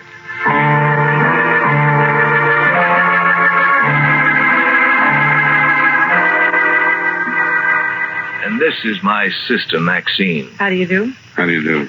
Now, what do you want? I understand both of you were here the night your mother died. Yes. Yes, that's I right. had just gotten the verdict of the inquest. Poison that killed her was not a pleasant one. Did any of you hear any sound shortly before your mother was discovered dead? I didn't, and I found her. I went in to bid her good night. I didn't hear anything. I was in my room. Where's that? Just down the hall from Mother. What's the meaning of this anyway? The point is that your mother would have cried out. The poison would have been... What's that? It's Father. He's in his room. Something's wrong. I'm going up to see. I went with him. We found Mr. Harwell in bed, clawing at his throat and staring at the ceiling. When I bent over him, he moved a hand towards a glass of water on the bedside table. I picked it up and smelled it. I'm no chemist, but I didn't need to be to know that he'd been poisoned.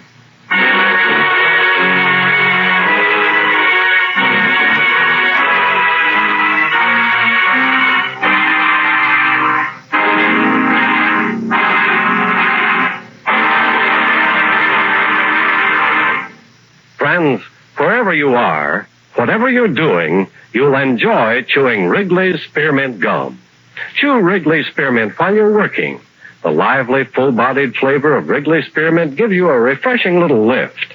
The smooth, pleasant chewing of Wrigley's Spearmint Gum helps keep you feeling relaxed and satisfied. Makes your job seem easier. Chew Wrigley's Spearmint Gum in your home, when you're out walking or driving, when you're enjoying outdoor sports and other activities. Wrigley's Spearmint Gum tastes good anytime, and the natural chewing aids digestion and helps keep your teeth bright and attractive.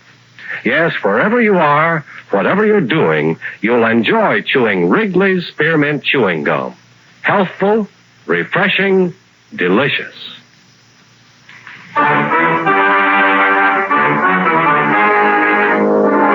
And now, with our star, Edmond O'Brien, we bring you the second act of yours truly, Johnny Dollar.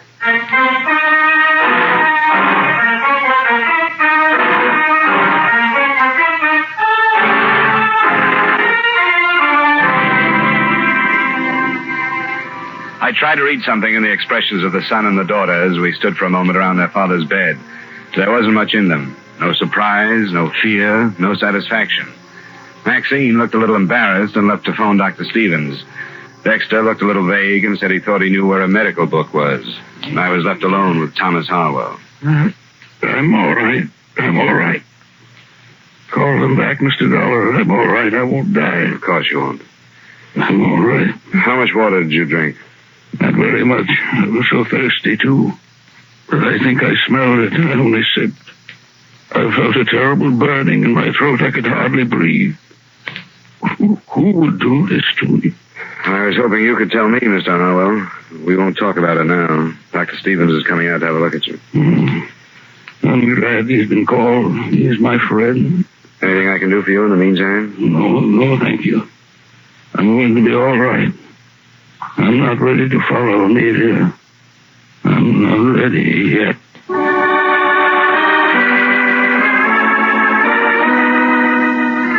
I took the glass of poisoned water with me when I left the room. I put it on a table in the hallway outside his door and stayed with it until Dr. Stevens arrived. He spent about 15 minutes with Mr. Harwell, and then he joined me. It's all right. Where's the family? I sent him downstairs. Good. You said you had the glass? Yeah, here it is. Smell it. There must be enough poison in this to kill 100 people. He's a very fortunate man. Can you tell if it's the same stuff that killed his wife? I'd say yes. Canadine or some such. What did he say to you? Very little. I'm only his doctor, you know. But he did tell me that it was unnecessary for this to be reported to the police. Oh? I told him it would be absolutely unethical if I didn't. Sounds to me as though he's trying to protect the children. I guess they're used to that. By the way, did you notice the marks on his throat? No. Looks as if somebody has tried to strangle him. Strange. I didn't notice. Will be all right if I talk to him now? Oh, I think so. I gave him a very mild sedative, but it won't go to work for a while. Do you want me to wait? Not unless you think you should. He doesn't need me any longer, and if you stay here in case of another attempt... I will. I'll call you if anything develops. Fine. Good night, Mr. Dollar. Good night, Doctor. Yes? How are you feeling, Mr. Harwell? Oh, quite well, thank you.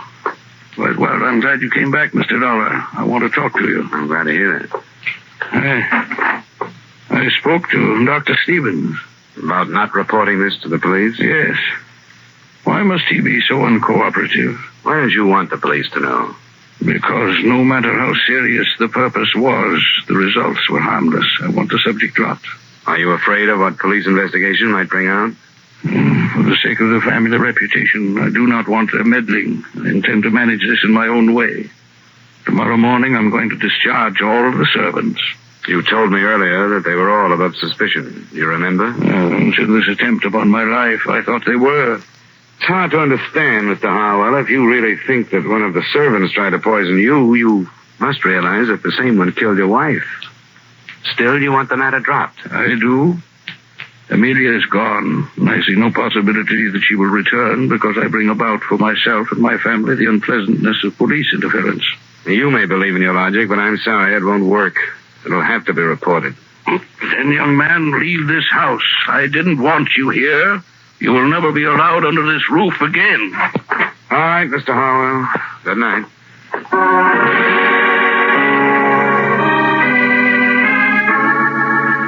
I picked up my glass of evidence again and started downstairs. When I got to the entry hall, I heard voices and looked into the library to see the children, Maxine and Dexter. Their conversation had ended by the time I walked in. How is he? He's all right. Back to normal. What are you doing with that glass? I'm taking it to the police. They'll want to know if it's the same poison that killed your mother, and there's a chance of finding fingerprints on it. Here we go again. Your father didn't want me to take it to the police. Why shouldn't he want to report that somebody tried to kill him? You think he's afraid that one of us did it? Is that what you mean? It's come to mind. Get out of here, darling. I don't have to listen to this. Wait, Dexter, wait a minute. That's what he thinks. The police are going to, too. Then I'll listen to them. It's their business, but not his. I don't have anything to be afraid of. I didn't keep a 3-month-old marriage secret like you wanted me to. Dexter. And I didn't break the news to her by telling her that she was going to be a grandmother like you wanted me to. You think everything's wrong. Dexter, shut up. You're drunk. Well, let him accuse you. I'm not going to listen to him. I'm going to bed. He drinks too much. Is what he said true? About the baby? Yes, it's true. And he's living here? Obviously. I met his wife. She seems to deserve better. Yes, she does. Dexter was here waiting for Mother to die. Because he knew she'd disinherit him if he moved out. And now, neither one of us had better say any more until we get legal counsel.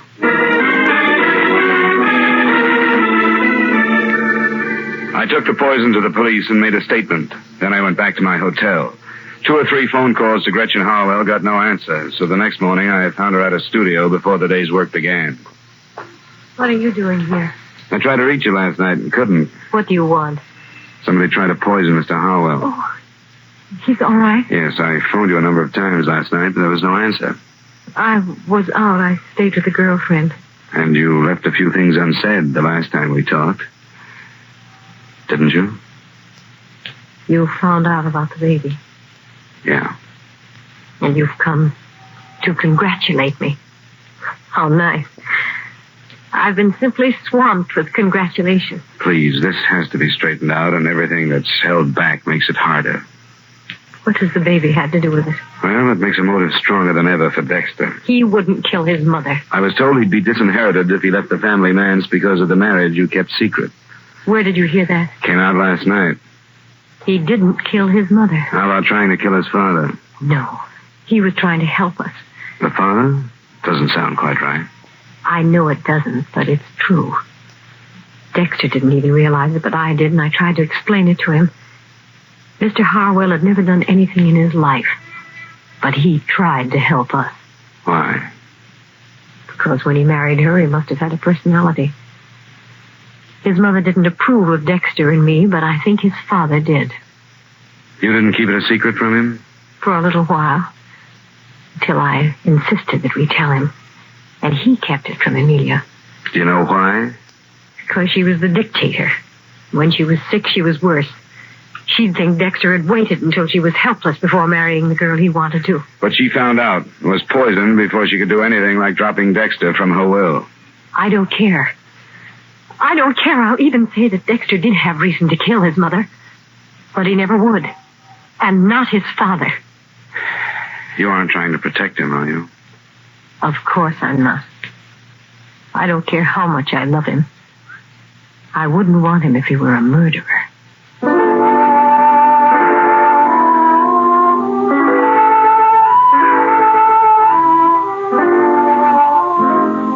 I did a lot of thinking after I left her.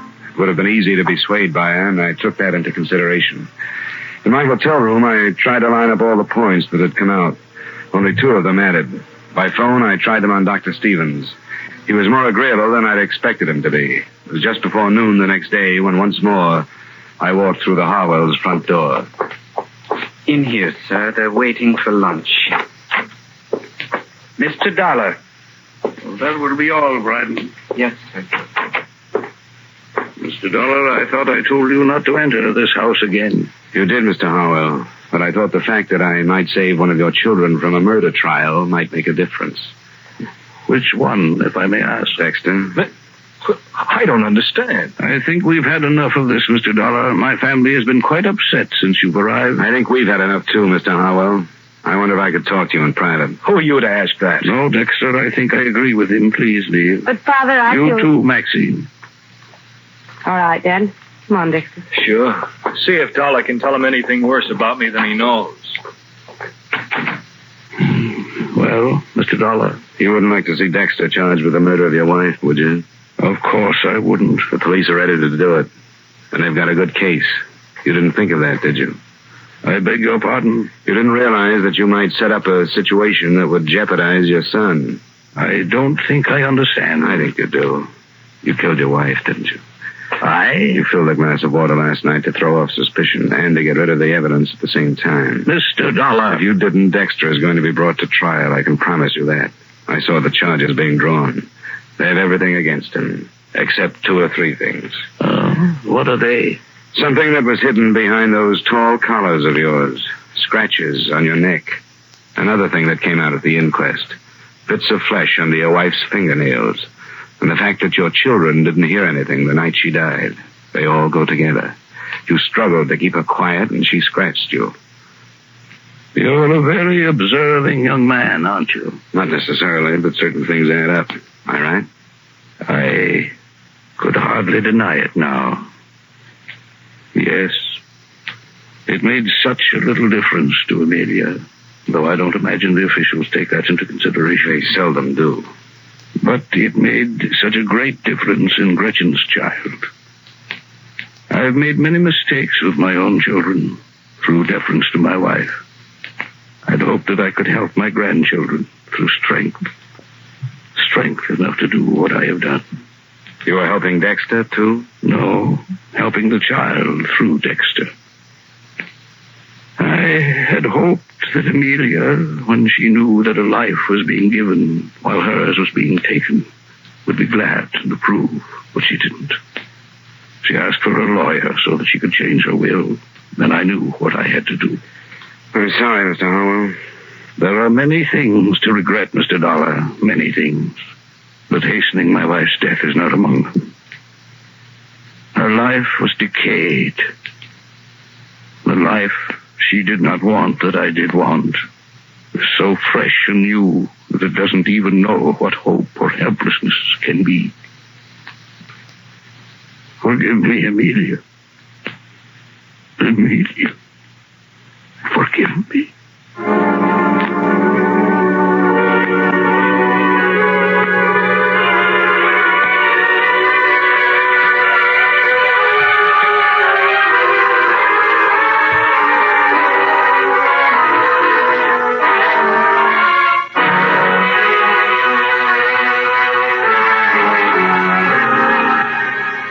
Expense account item 3, miscellaneous, $35.85. Item 4, same as item 2, transportation back to Hartford.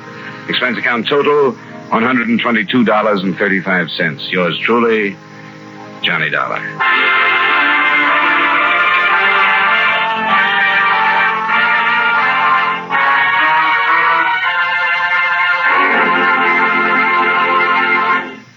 Remember, friends, Wrigley's Spearmint Chewing Gum refreshes you. Wrigley's Spearmint Chewing Gum gives you real chewing enjoyment. The lively, full-bodied flavor of Wrigley's Spearmint cools your mouth, freshens your taste, sweetens your breath. The smooth, pleasant chewing of Wrigley's Spearmint helps keep you feeling relaxed and satisfied, makes whatever you're doing more enjoyable. Yes, for refreshment plus chewing enjoyment, treat yourself often to Wrigley's Spearmint Chewing Gum. Millions enjoy it daily. Get a few packages and always keep some handy. That's Wrigley's Spearmint Chewing Gum. Healthful, refreshing, delicious.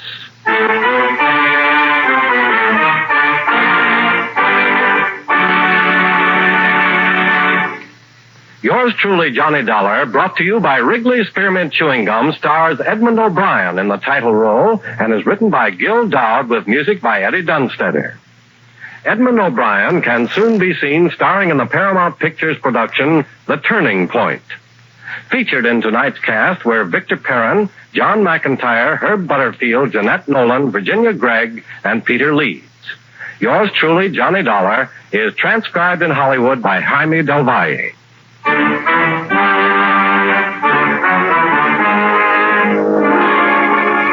The makers of Wrigley's Spearmint Chewing Gum hope you enjoyed tonight's story of Johnny Dollar and that you're enjoying delicious Wrigley's Spearmint Gum every day.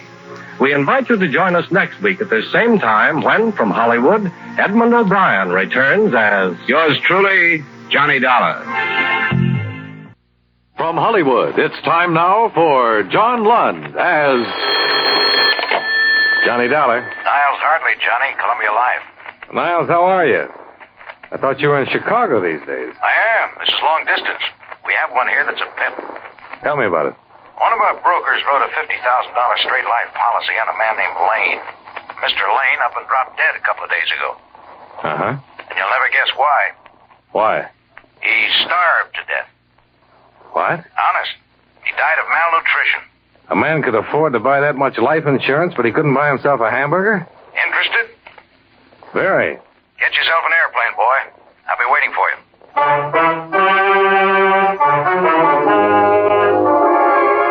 John Lund in a transcribed adventure of the man with the action-packed expense account. America's fabulous freelance insurance investigator. Yours truly, Johnny Dollar.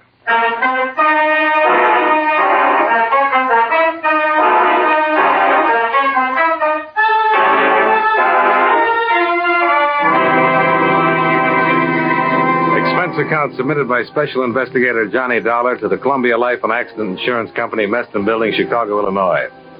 The following is an accounting of expenditures during my investigation of the Chicago fraud matter.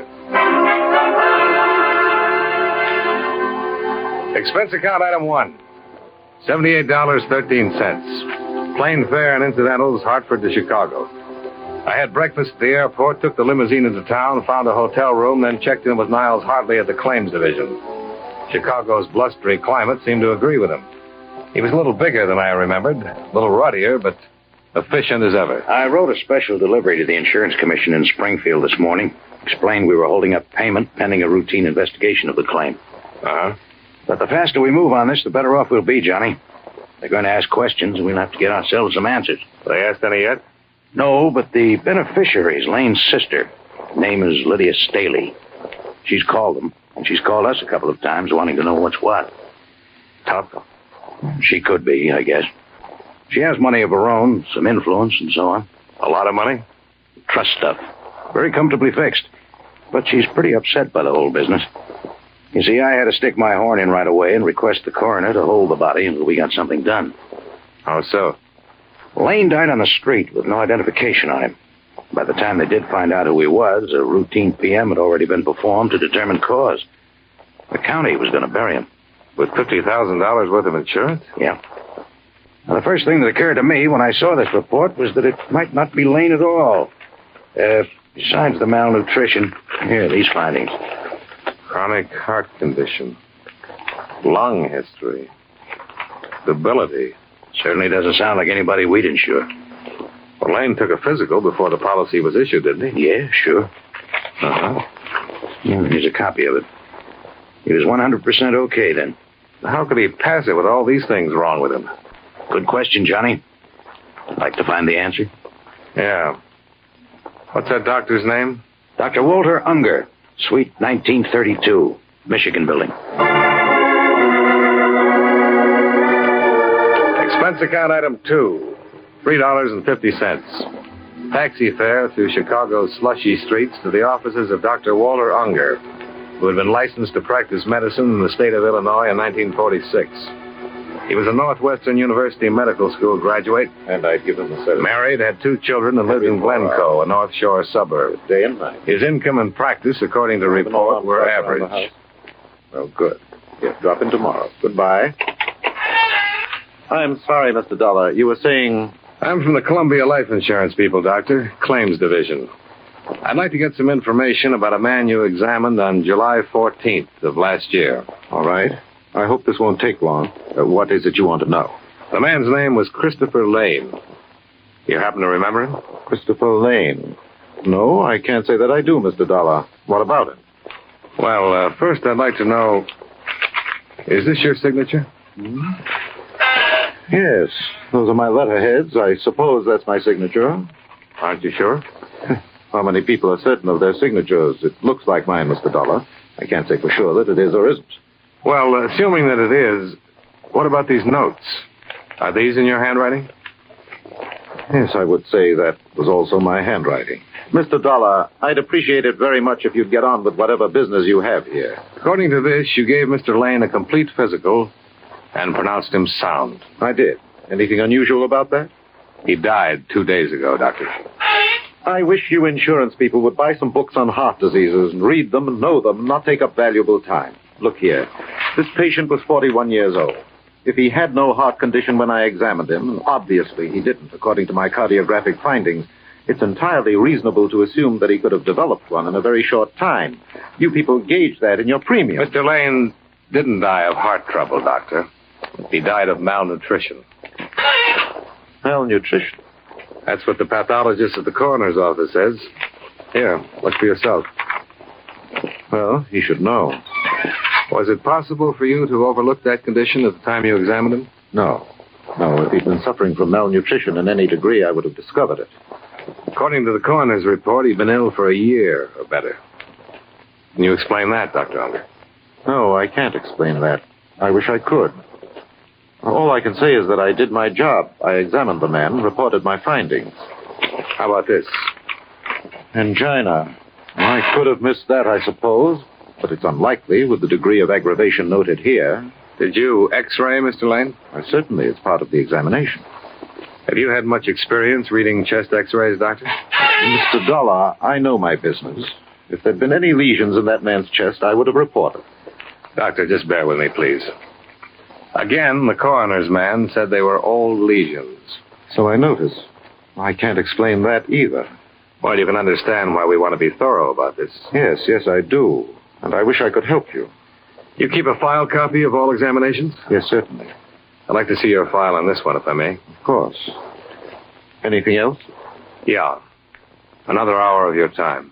What for? I'd like to have you look at Mr. Lane's body, Doctor. I could get an injunction. All right. I'll be finished here at 7 o'clock.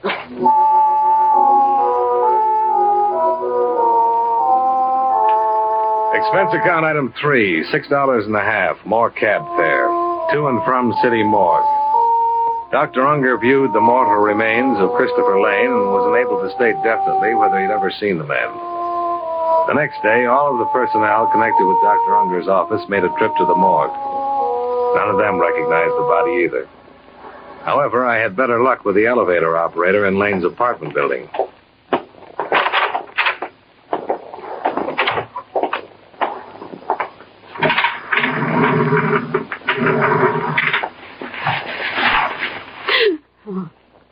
You ever seen this man before, Miss Shattuck? Yeah. Yes, sir. That's Mr. Lane, apartment 2338.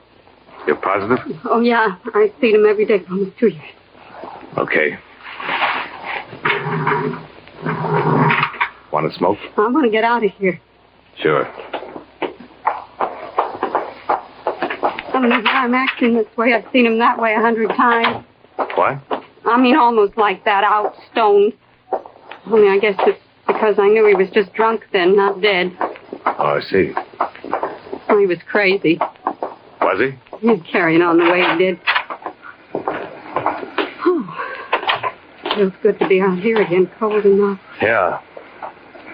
I'll take that smoke now, Mr. Dollar. Oh, sure. Thanks. Yeah, he used to get up around 10 every morning. I'd take him downstairs. Look awful, but he was always kind of nice. Polite, you know. Mm-hmm. He'd go out to the store and come back in a little while with a sack of groceries, a pint of milk for his cat, some donuts for himself, and some booze. Then he'd just lock himself up in his apartment and stay there all day. Drinking? Oh, yeah. Fried to the ears by noon. I think it was wine.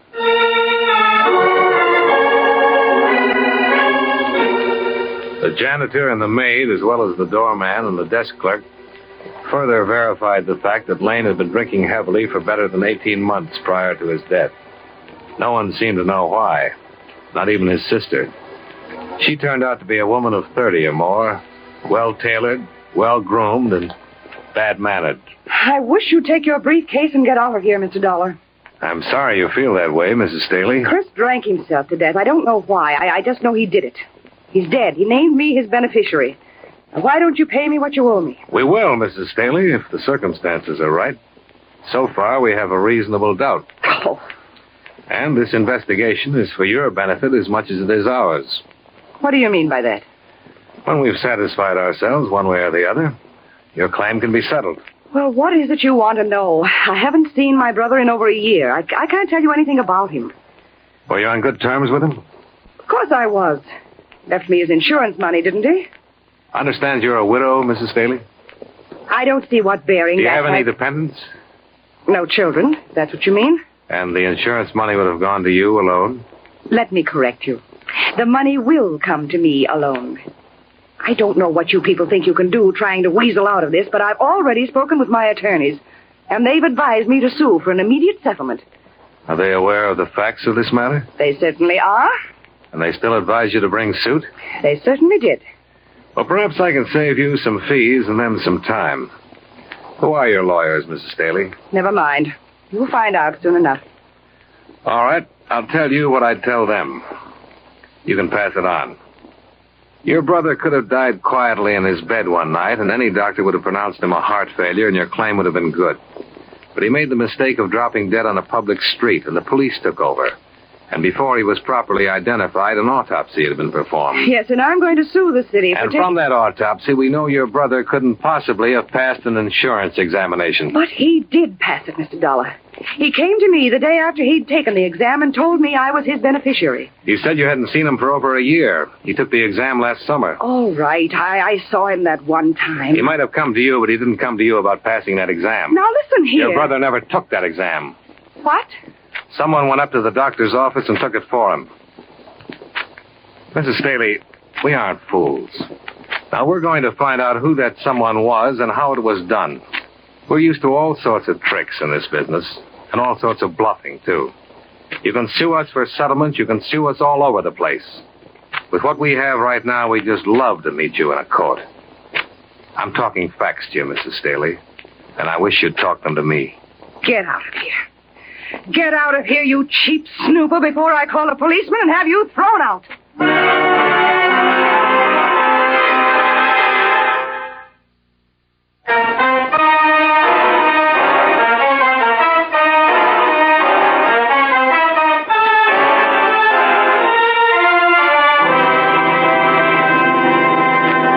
I started the case with an autopsy report and a dead man who should never have been insured. The doctor who examined him and passed him couldn't explain why.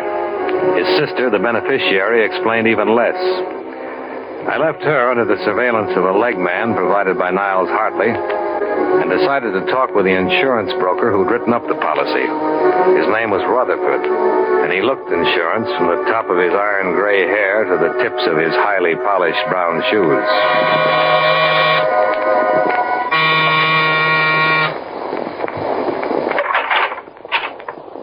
I suppose you're Mr. Dollar? Mr. Rutherford? Yeah, come in. I was surprised when you called me. We're trying to wrap this thing up, Mr. Rutherford. I understand. I'll tell you, I've been writing insurance for 17 years, Mr. Dollar, and this is the first time anything like this has ever occurred to me. Sit down. I believe you, Mr. Rutherford, and your record. Oh? You've looked into me? Well, you know, we have to on a thing like this. Just a matter of routine checking. Yeah. I'm here to find out all I can about the circumstances under which you sold the policy to Mr. Lane. Mm-hmm. He was a bachelor. He lived in a fairly nice apartment on the Gold Coast. No dependents. I'd like to know what made him a prospect. Well, actually, it's more of a personal thing, I suppose. Mrs. Rutherford and I were interested in buying a home in Wilmette a couple of years ago. It was one we liked on Sheridan Road. The agent happened to be this man, Lane. That's how we became acquainted. Oh? Lane was in the real estate business on and off. Actually, he didn't really have to work for a living at all. He had a fairly comfortable income from trusts set up by his father. Did he do very well in real estate? Well, I don't really think so. I don't think he worked hard at it. You met him when you were out to buy a house. Did you buy it? No. My wife died suddenly, and I had no need to buy a house. But he bought insurance from you. Yes, eventually. You say this was a couple of years ago? Mm-hmm. Did you try to sell him right away? Oh, I don't recall. I called him now and then, had him over for dinner. I was surprised, frankly, when he decided to buy. Uh-huh. What kind of a man was he? What do you mean? Well, your opinion, Mr. Rutherford. Well, just a client, Mr. Dollar. I treated him the same as any other client. How did he look? Well, pale, thin, healthy, emaciated. What? Well, he looked fine to me. I noticed you arranged for the examination. Yes. How well do you know Dr. Unger? Well, just slightly. You know, the physician is supposed to be an impartial third party, and when a client has to be examined by a physician, I send him to Dr. Unger, that's all. I get a Christmas card from him every year. I see. You say you had Lane over for dinner a few times. Yes, when my wife was alive. Did he drink much on those occasions? I don't recall. Why? His malnutrition resulted from an alcoholic condition. All drinking. No eating. Lane, an alcoholic? He sure was. Had been for years. Can I use your phone? Yeah, help yourself.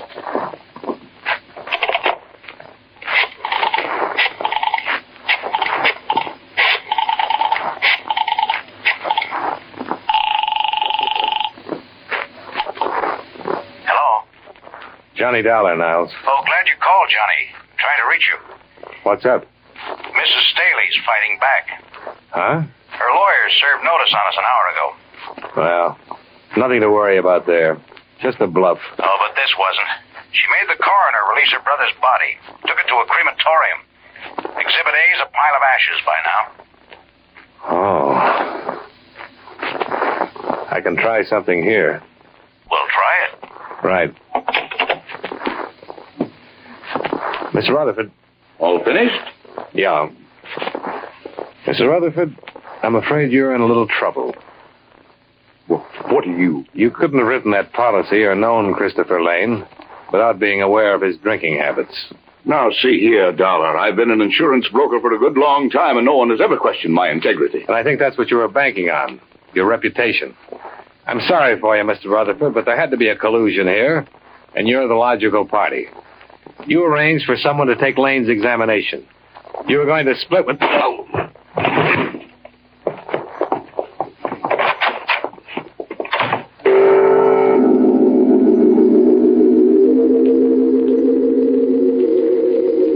In the 3 minutes it took me to get my breath inside of me and my feet under me, he was well away and out of sight.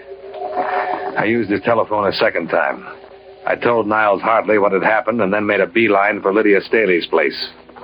What do you want? I'm here to tell you about all the trouble you're in, Mrs. Staley. Rutherford's given it away. What are you talking about? About an insurance policy that was written up and issued in your brother's name under fraudulent circumstances.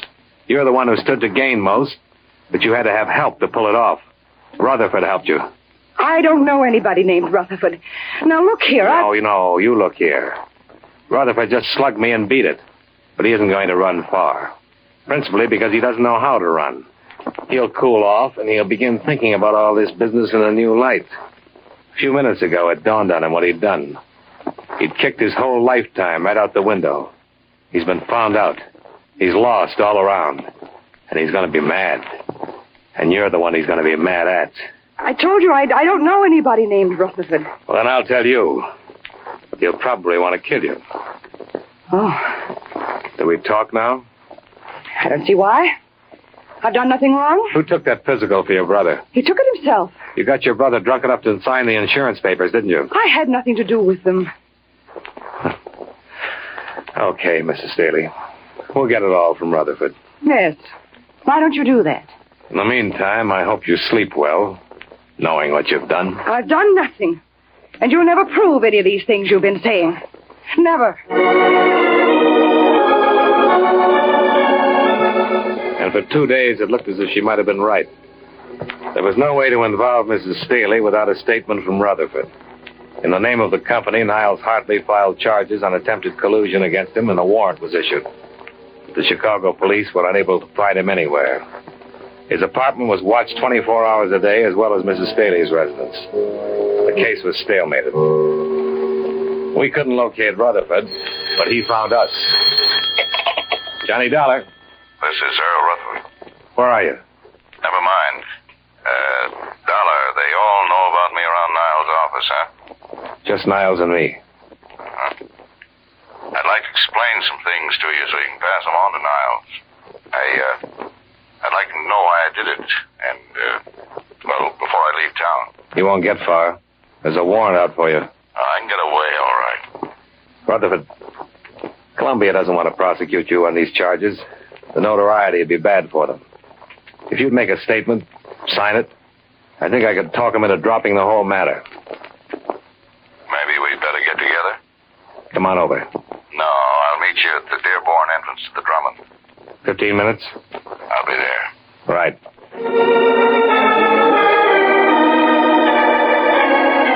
When I pulled up in a cab 12 minutes later, he was waiting for me at the curb in front of the Drummond. He was still wearing the same clothes he'd had on in his apartment. He needed a shave, and judging from the circles under his eyes, he hadn't slept much. He was pale and shaken.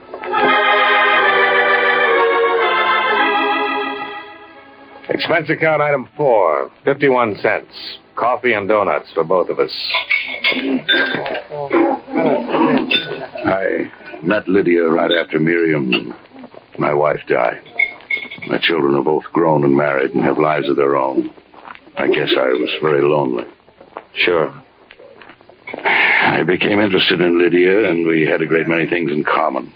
Seemed like the thing to do. I asked her to marry me. Nothing wrong with that. You don't understand. She laughed at me.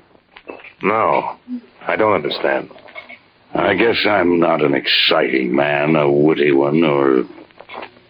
She made me feel as though all my life had been hopeless, a waste.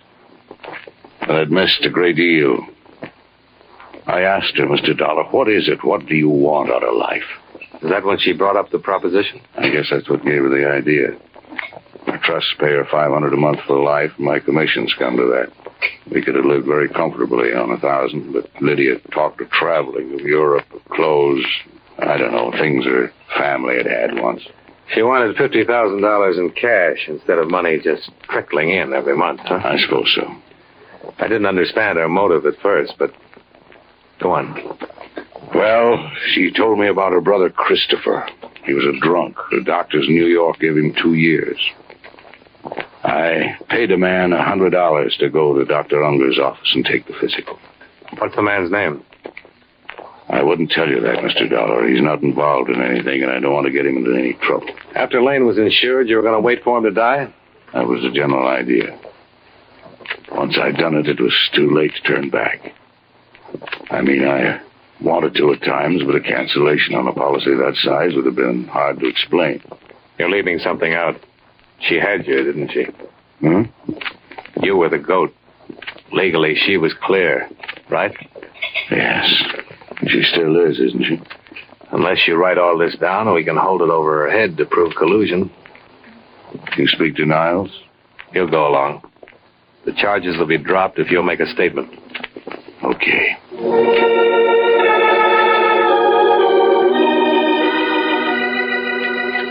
Enclosed, find notarized statement of Earl Rutherford explaining his part in the attempted collusion regarding policy 678JN23L. True to his word, Niles hardly dropped charges against Rutherford upon receipt of the enclosed. Rutherford settled his affairs and left Chicago the following day. When Mrs. Staley was shown a carbon of the enclosed statement, she instructed her attorneys to withdraw suit. The night I was to leave town, I called at her apartment to have her sign a release of all claims.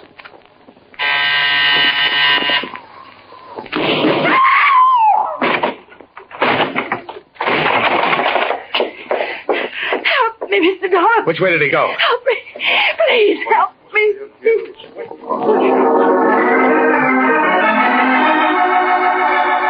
I carried her to the couch, did what I could, while startled tenants phoned for an ambulance and the police. After that, I began looking around. I found a dark stain on the windowsill leading out onto the fire escape, and on the floor, a blood-stained letter opener. There was no gun anywhere in sight. I decided that if I'd been stabbed with a letter opener, it'd be easier to try 3 flights up to the roof than 14 down to the alley. I was right. Earl Rutherford was hanging over the top ledge of the building, firing down at me. I ducked into a window frame, 1 flight away from him. Get away from me, Dollar! You know I won't, Rutherford. You missed by a mile. You'll have to come down. It's the end of the line for you. Don't do anything foolish! I'm coming up after you. Come on, then. I'll be waiting for you.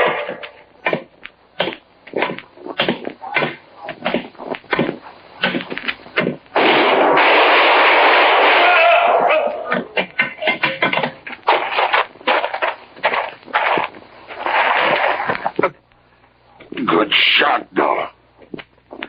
Can you walk? No. Why did you do it, Rutherford? You were clear. You were free. You didn't have to... I didn't tell it all, Dollar. She told me tonight.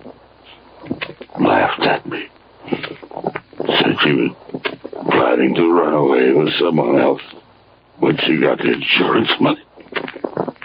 Oh, I see. She just used me all.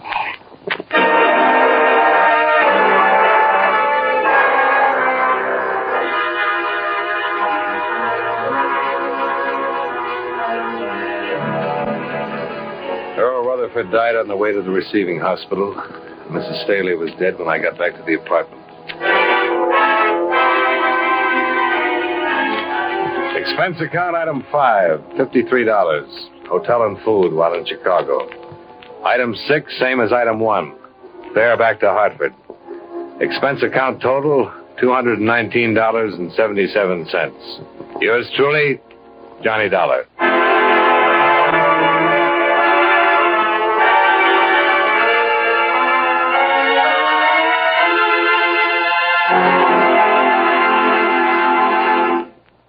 Yours truly, Johnny Dollar, stars John Lund in the title role and was written by E. Jack Newman with music by Eddie Dunstetter. Featured in tonight's cast were Jack Moyles, Edgar Barrier, Peggy Weber, Mary Lansing, and John McIntyre. Yours truly, Johnny Dollar, is transcribed in Hollywood by Jaime Del Valle.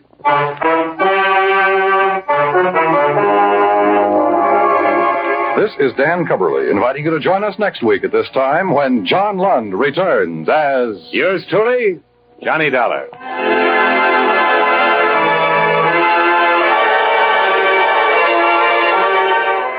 For your listening enjoyment, John Lund as Johnny Dollar. Ned Talbot, Johnny. What are you working on? Why, nothing at the moment. I was thinking of going to New York for a couple of days. Why? Well, I have one here on my desk you might be able to do something with while you're there. Well, tell me about it. Corinthian covers a textile outfit in New York. Wallace Cotton and Company. This week their auditors found a shortage in the books. How much of a shortage? Well, it's nearly 5,000. Wait, I got it right here. $4,185. I'm supposed to find out who took it? Oh, no. Well, we already know who did that. One of the bookkeepers in their office, Lester James. He's been arrested and admitted everything. I thought maybe you could find out what he did with all that money. Well, I'm going to New York anyway. I'll see what I can do.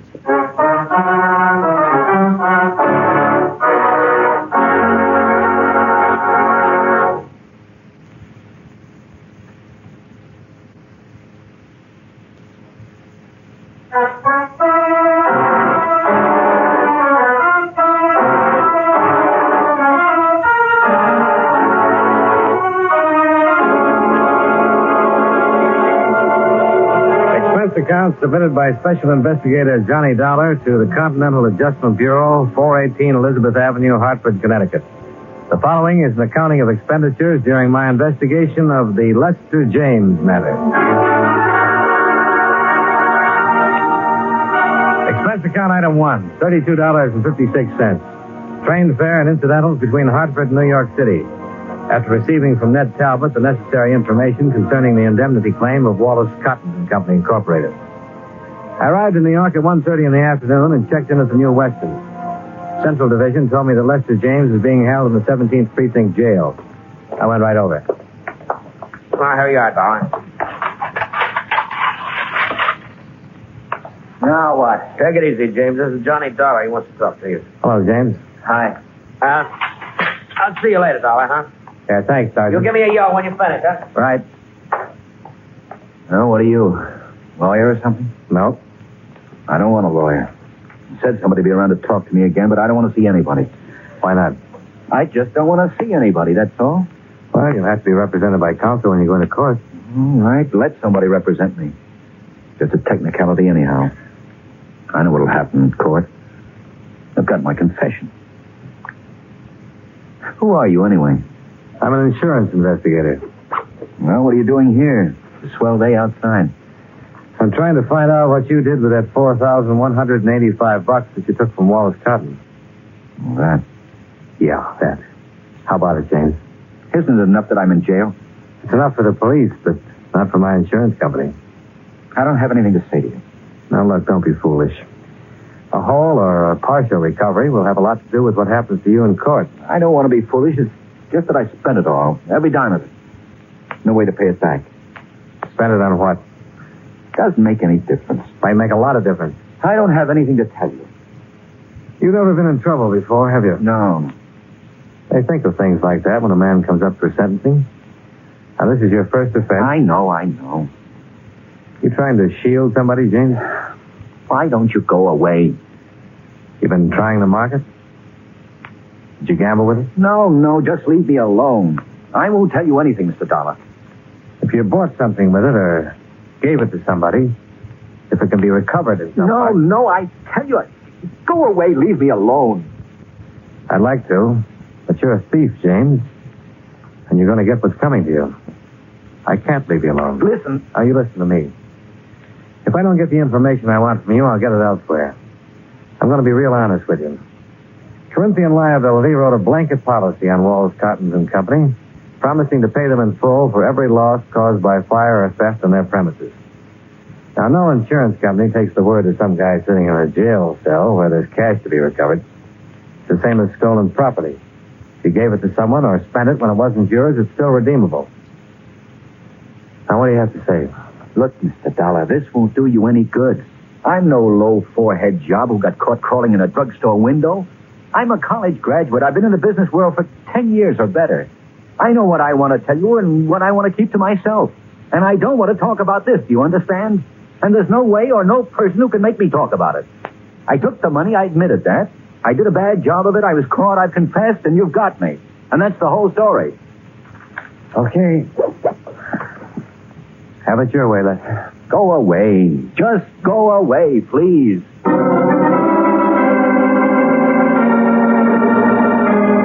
Lester James was a tall, dark-complexioned man in his early 30s. His hair was black, straight, and closely cropped. His features regular. Not good, not bad.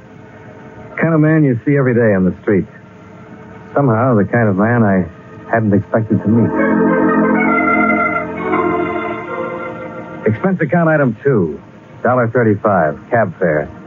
I went over to the apartment on 59th Street where Lester James had lived. According to the penciled note above the first door to the right of the entrance, Mrs. Anastasia Denovich was the manager. Yes, what is, please? You're Mrs. Denovich? Yes, what you want, mister? I understand that Mr. Lester James lived here. Is that right? Oh, yes. Bad.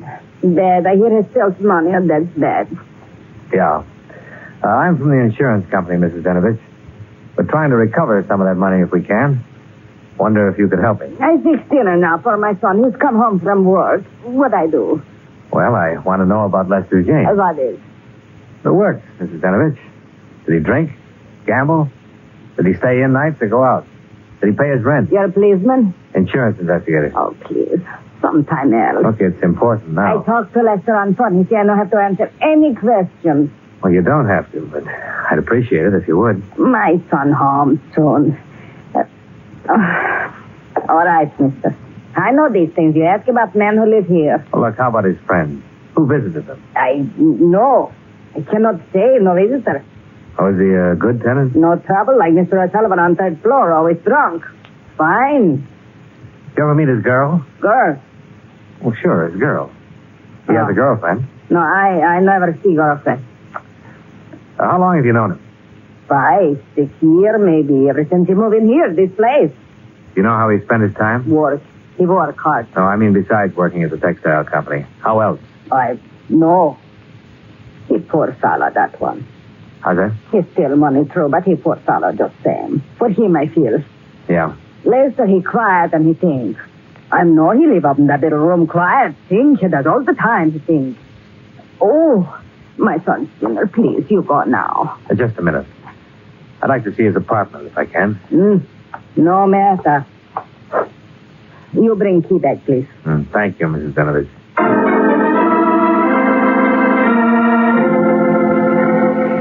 The apartment Lester James had lived in was as dismal as the neighborhood.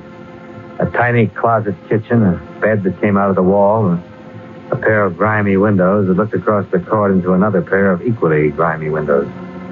The furniture was early 30s and threadbare. Among his personal effects, I found nothing of value. The apartment yielded no more information than James had.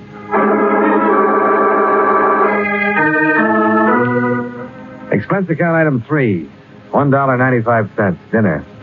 I had it in a neighborhood restaurant called the 59er. A place where, I learned, Lester James had frequently eaten. The restaurant manager remembered him and liked him. A woman who ran a bakery shop across the street told me how he'd come back from the war in 1946 and had worn his uniform for a month until he got a job and could buy some civilian clothes. All in all, I was getting a composite picture of Lester James that didn't look quite right. Whatever he was to the people who knew him casually, he wasn't a man who ever had any money to spend.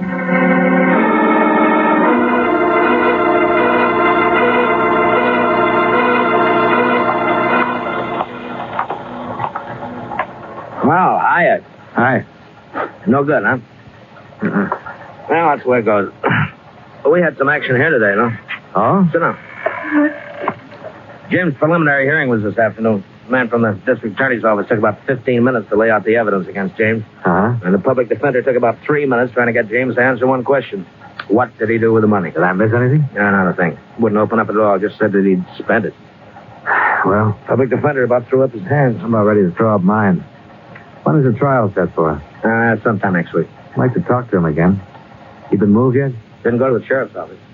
Somebody bail him? He bailed himself. $200 he had in war bonds. He left yet? Won't get out till about 6. That's when the shift changes. You still want to see him? Yeah, I'll wait.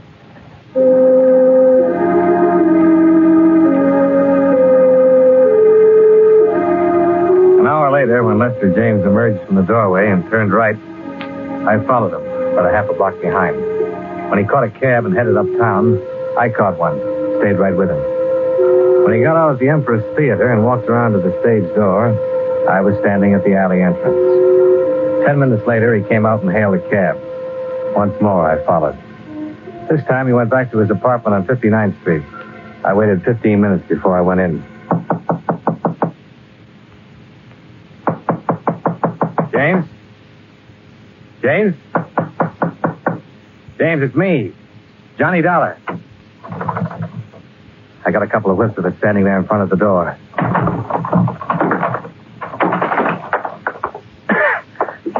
The room was acrid, stinging with gas fumes. And Lester James was stretched out on the floor of his 6-foot kitchen. When I picked him up and carried him out, I didn't know whether he was alive or dead.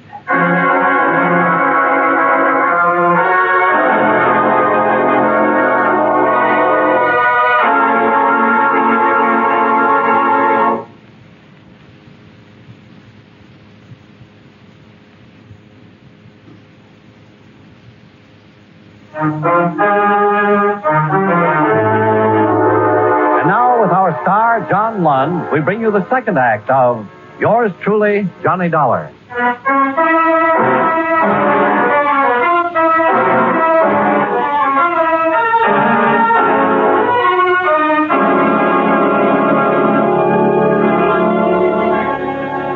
Seconds after I found Lester James, I called the police ambulance. In a matter of minutes, an intern was working over him with a pulmotor. There was no telling how much gas he breathed in or for how long a time the jet had been open. Hand me that. Thanks. Swab. Okay. You alive? Maybe. Hard to say on these. That shot should cause some reaction. Oh. This your place? Oh, it's his.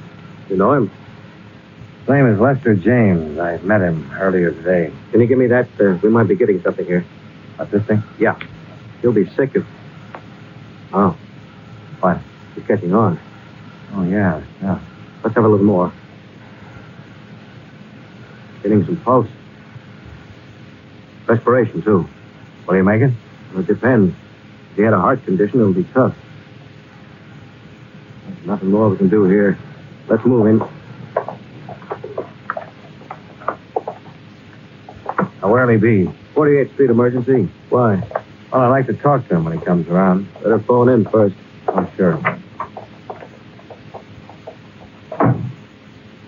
Huh? That's the third one tonight. What is it, the weather? Not for him. You know why? He's out on bail. Goes to trial on an embezzling charge pretty soon. Oh. Well, be sure and call in. Yeah, right.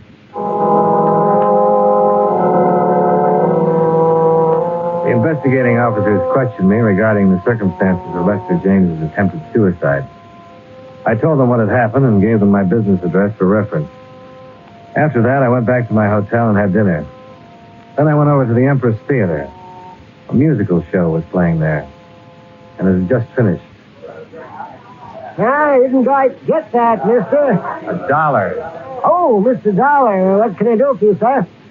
Between 6:30 and 7 o'clock tonight, man came here to the stage entrance and talked to you. A lot of people talk to me here. What man? His name was Lester James. No, I don't remember no Lester James. Maybe he didn't give you his name. You come here to see somebody? Is that it? He might have, I don't know. He's about 5'11", weighs 175 or 80. Didn't have any hat on, raincoat, dark man. You remember him? Oh, yes, of course. Him, yes. You remember him? Oh, sure, yeah. He's been around a lot of times, Lester Joe. Yeah, I didn't even recognize that name at first. Would you mind telling me what he was doing here? Well, he comes here to see Margie Cook. That his girlfriend? Oh, no, I don't think so. She never sees him when he asks. Who's Margie Cook? She sings here. You ever seen them together? Well, don't know. I've never seen them together. Is she still here? What's that? I'd like to talk to her. Is she still here? Oh, no, Margie left. She finishes in the second act. Could you tell me where she lives? Oh, no, I'm sorry. I can't tell you that. Well, where can I phone her? Well, I just can't tell you that either. Look, will you do me a favor? Well, if I can, what is it? Would you telephone her and tell her my business and ask her if she'd see me? Well, I suppose I can do that all right, Mr. Dollar. Take a chair right there. I'll just see what I can do.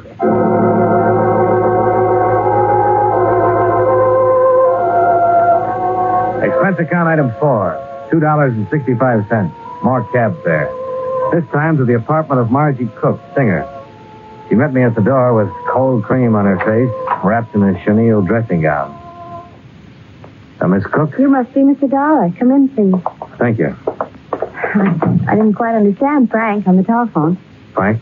Oh, the doorman at the theater. Yeah. Yes. I didn't quite know what to make of. Couldn't be you really an insurance detective? Yeah, investigator. Can I fix you a drink? No, thanks. You mentioned something about a man named Lester James, Mr. Dollar? Yes. You know him? Well, no, I don't. There's sort of a reservation in the way you say that, Miss Cook. You know his name? Yes, I know the name. What's this all about? Oh, just a routine investigation. Are you sure? Oh, yes. I'm curious. How did you get my name? How am I connected with Lester James? Well, that's what I want you to tell me. Oh, first about my name. Well, James was at the theater tonight asking for you. I found that out from the doorman. And then I asked to speak to you. Oh. I understand James has been around there quite a bit. Yeah, I really don't know how to tell you this. I've only seen the man once in my life. Is that so? Honestly.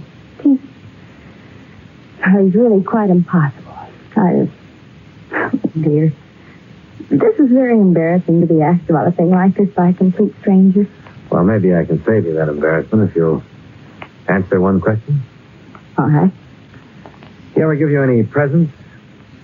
Yes. What? Well, that cigarette case there. This one? Mm-hmm. And the lighter to go with it. Uh-huh. Tiffany's. Pretty, aren't they? And expensive. What else? Well, let me think. Oh, that wasn't from him. Oh, that was. What? The lamp over there. Uh-huh. And the fur piece. Could I see that? I'm afraid I gave it away. Oh. I gave it to my kid sister who was visiting me a couple of months ago. What kind of fur piece was it? Ermine. I think that's about it. Except for orchids that used to come every night. A dozen orchids every night. He sent them to you? Mm-hmm. For about 3 months. You only saw him once, and he gave you all these gifts. Oh, dear. I know how that must sound.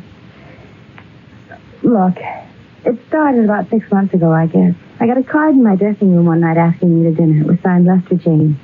Well, I'd never heard of anyone named Lester James, and I tore it up. But every night after that, I kept getting the card, and pretty soon flowers, and then the lighter, and the cigarette case came. That's when I saw him. I didn't even dine with him, Mr. Dollar. We had one drink, and I told him I had a headache. I see. Gifts still kept coming, flowers, invitations, and I ignored them. I tried to send the things back, but I didn't know where to send them, so I gave away some, and some I've kept, and that's it. Why didn't you see him after that one night? Oh, he was so different than what I'd imagined. I mean, I've had my share of stage door Johnnies, but this man was... Well, he couldn't say a word without stumbling. He had no poise, no sophistication, nothing. All he had was money. I see. Well, he didn't have money either, Miss Cook. What? He worked for $72 a week as a bookkeeper. But all the gifts, the things he gave me, sent me, he had to have money. He's been stealing it to buy those things for you. For heaven's sake. Why, for heaven's sake. And that's why you're here. No wonder. He tried to commit suicide a couple of hours ago. Suicide? No. Oh, no. I'm sorry I had to come to you to get this information. He wouldn't tell anybody what he'd done with the money. Will he go to prison? I'm afraid so. Oh, but we had nothing. He was just a name to me. Well, apparently you were something more to him.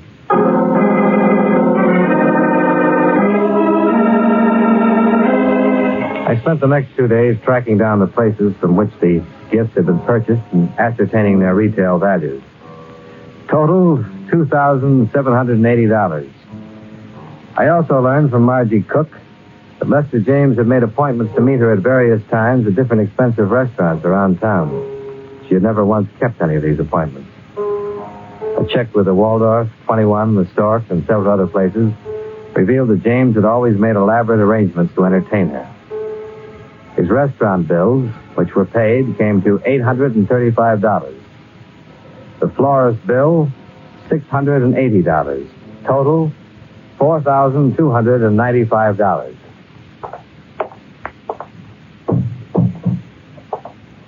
Hello?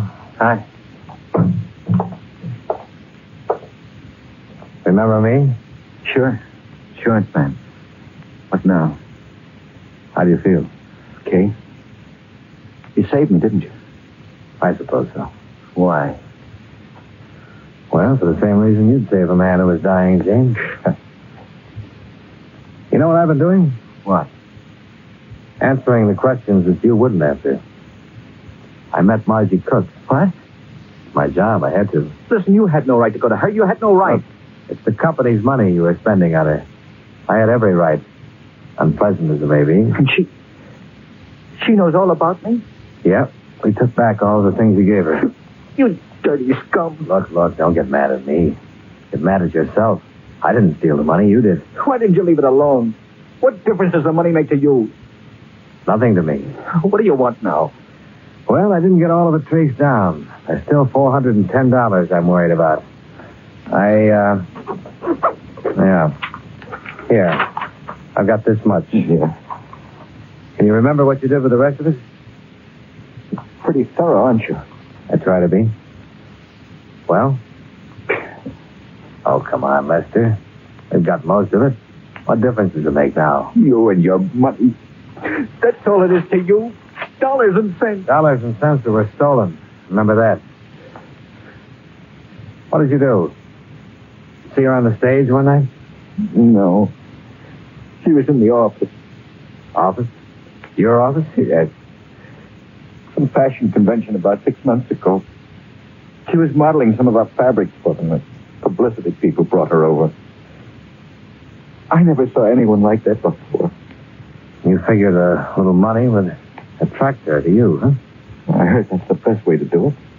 Well, it's one way, but it's not the best way, Lester. I pictured myself knocking on her door one night and saying, I'm a bookkeeper and I live on 59th Street. Why don't you come over and have a bottle of beer with me? You know, she might have come. What makes you think so? I met her.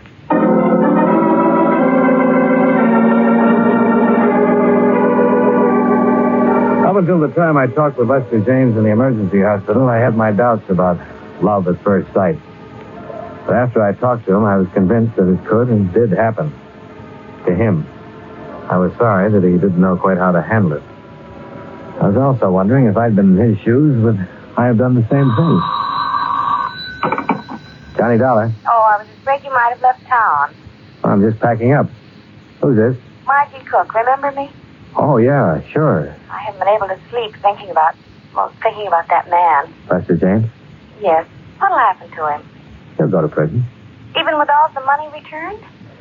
Only half of that stuff's redeemable. Take at least, $2,500 more. And then what? Well, then it would be up to the court. I want to pay it. What? I want to make it up, the whole thing. Look, Miss Cook, I know your motives are the best, but you're not responsible in any way for this man's actions. He just went... $1. He's the first man I've ever known who actually went out on a limb for the girl he loves. I'm the girl and he's the man. Are you serious? Poor dumbbell. He doesn't belong in any prison. He ought to get married to some nice girl. I want to help him. Are you still there? Yeah. What's the matter? Oh, nothing. Nothing at all.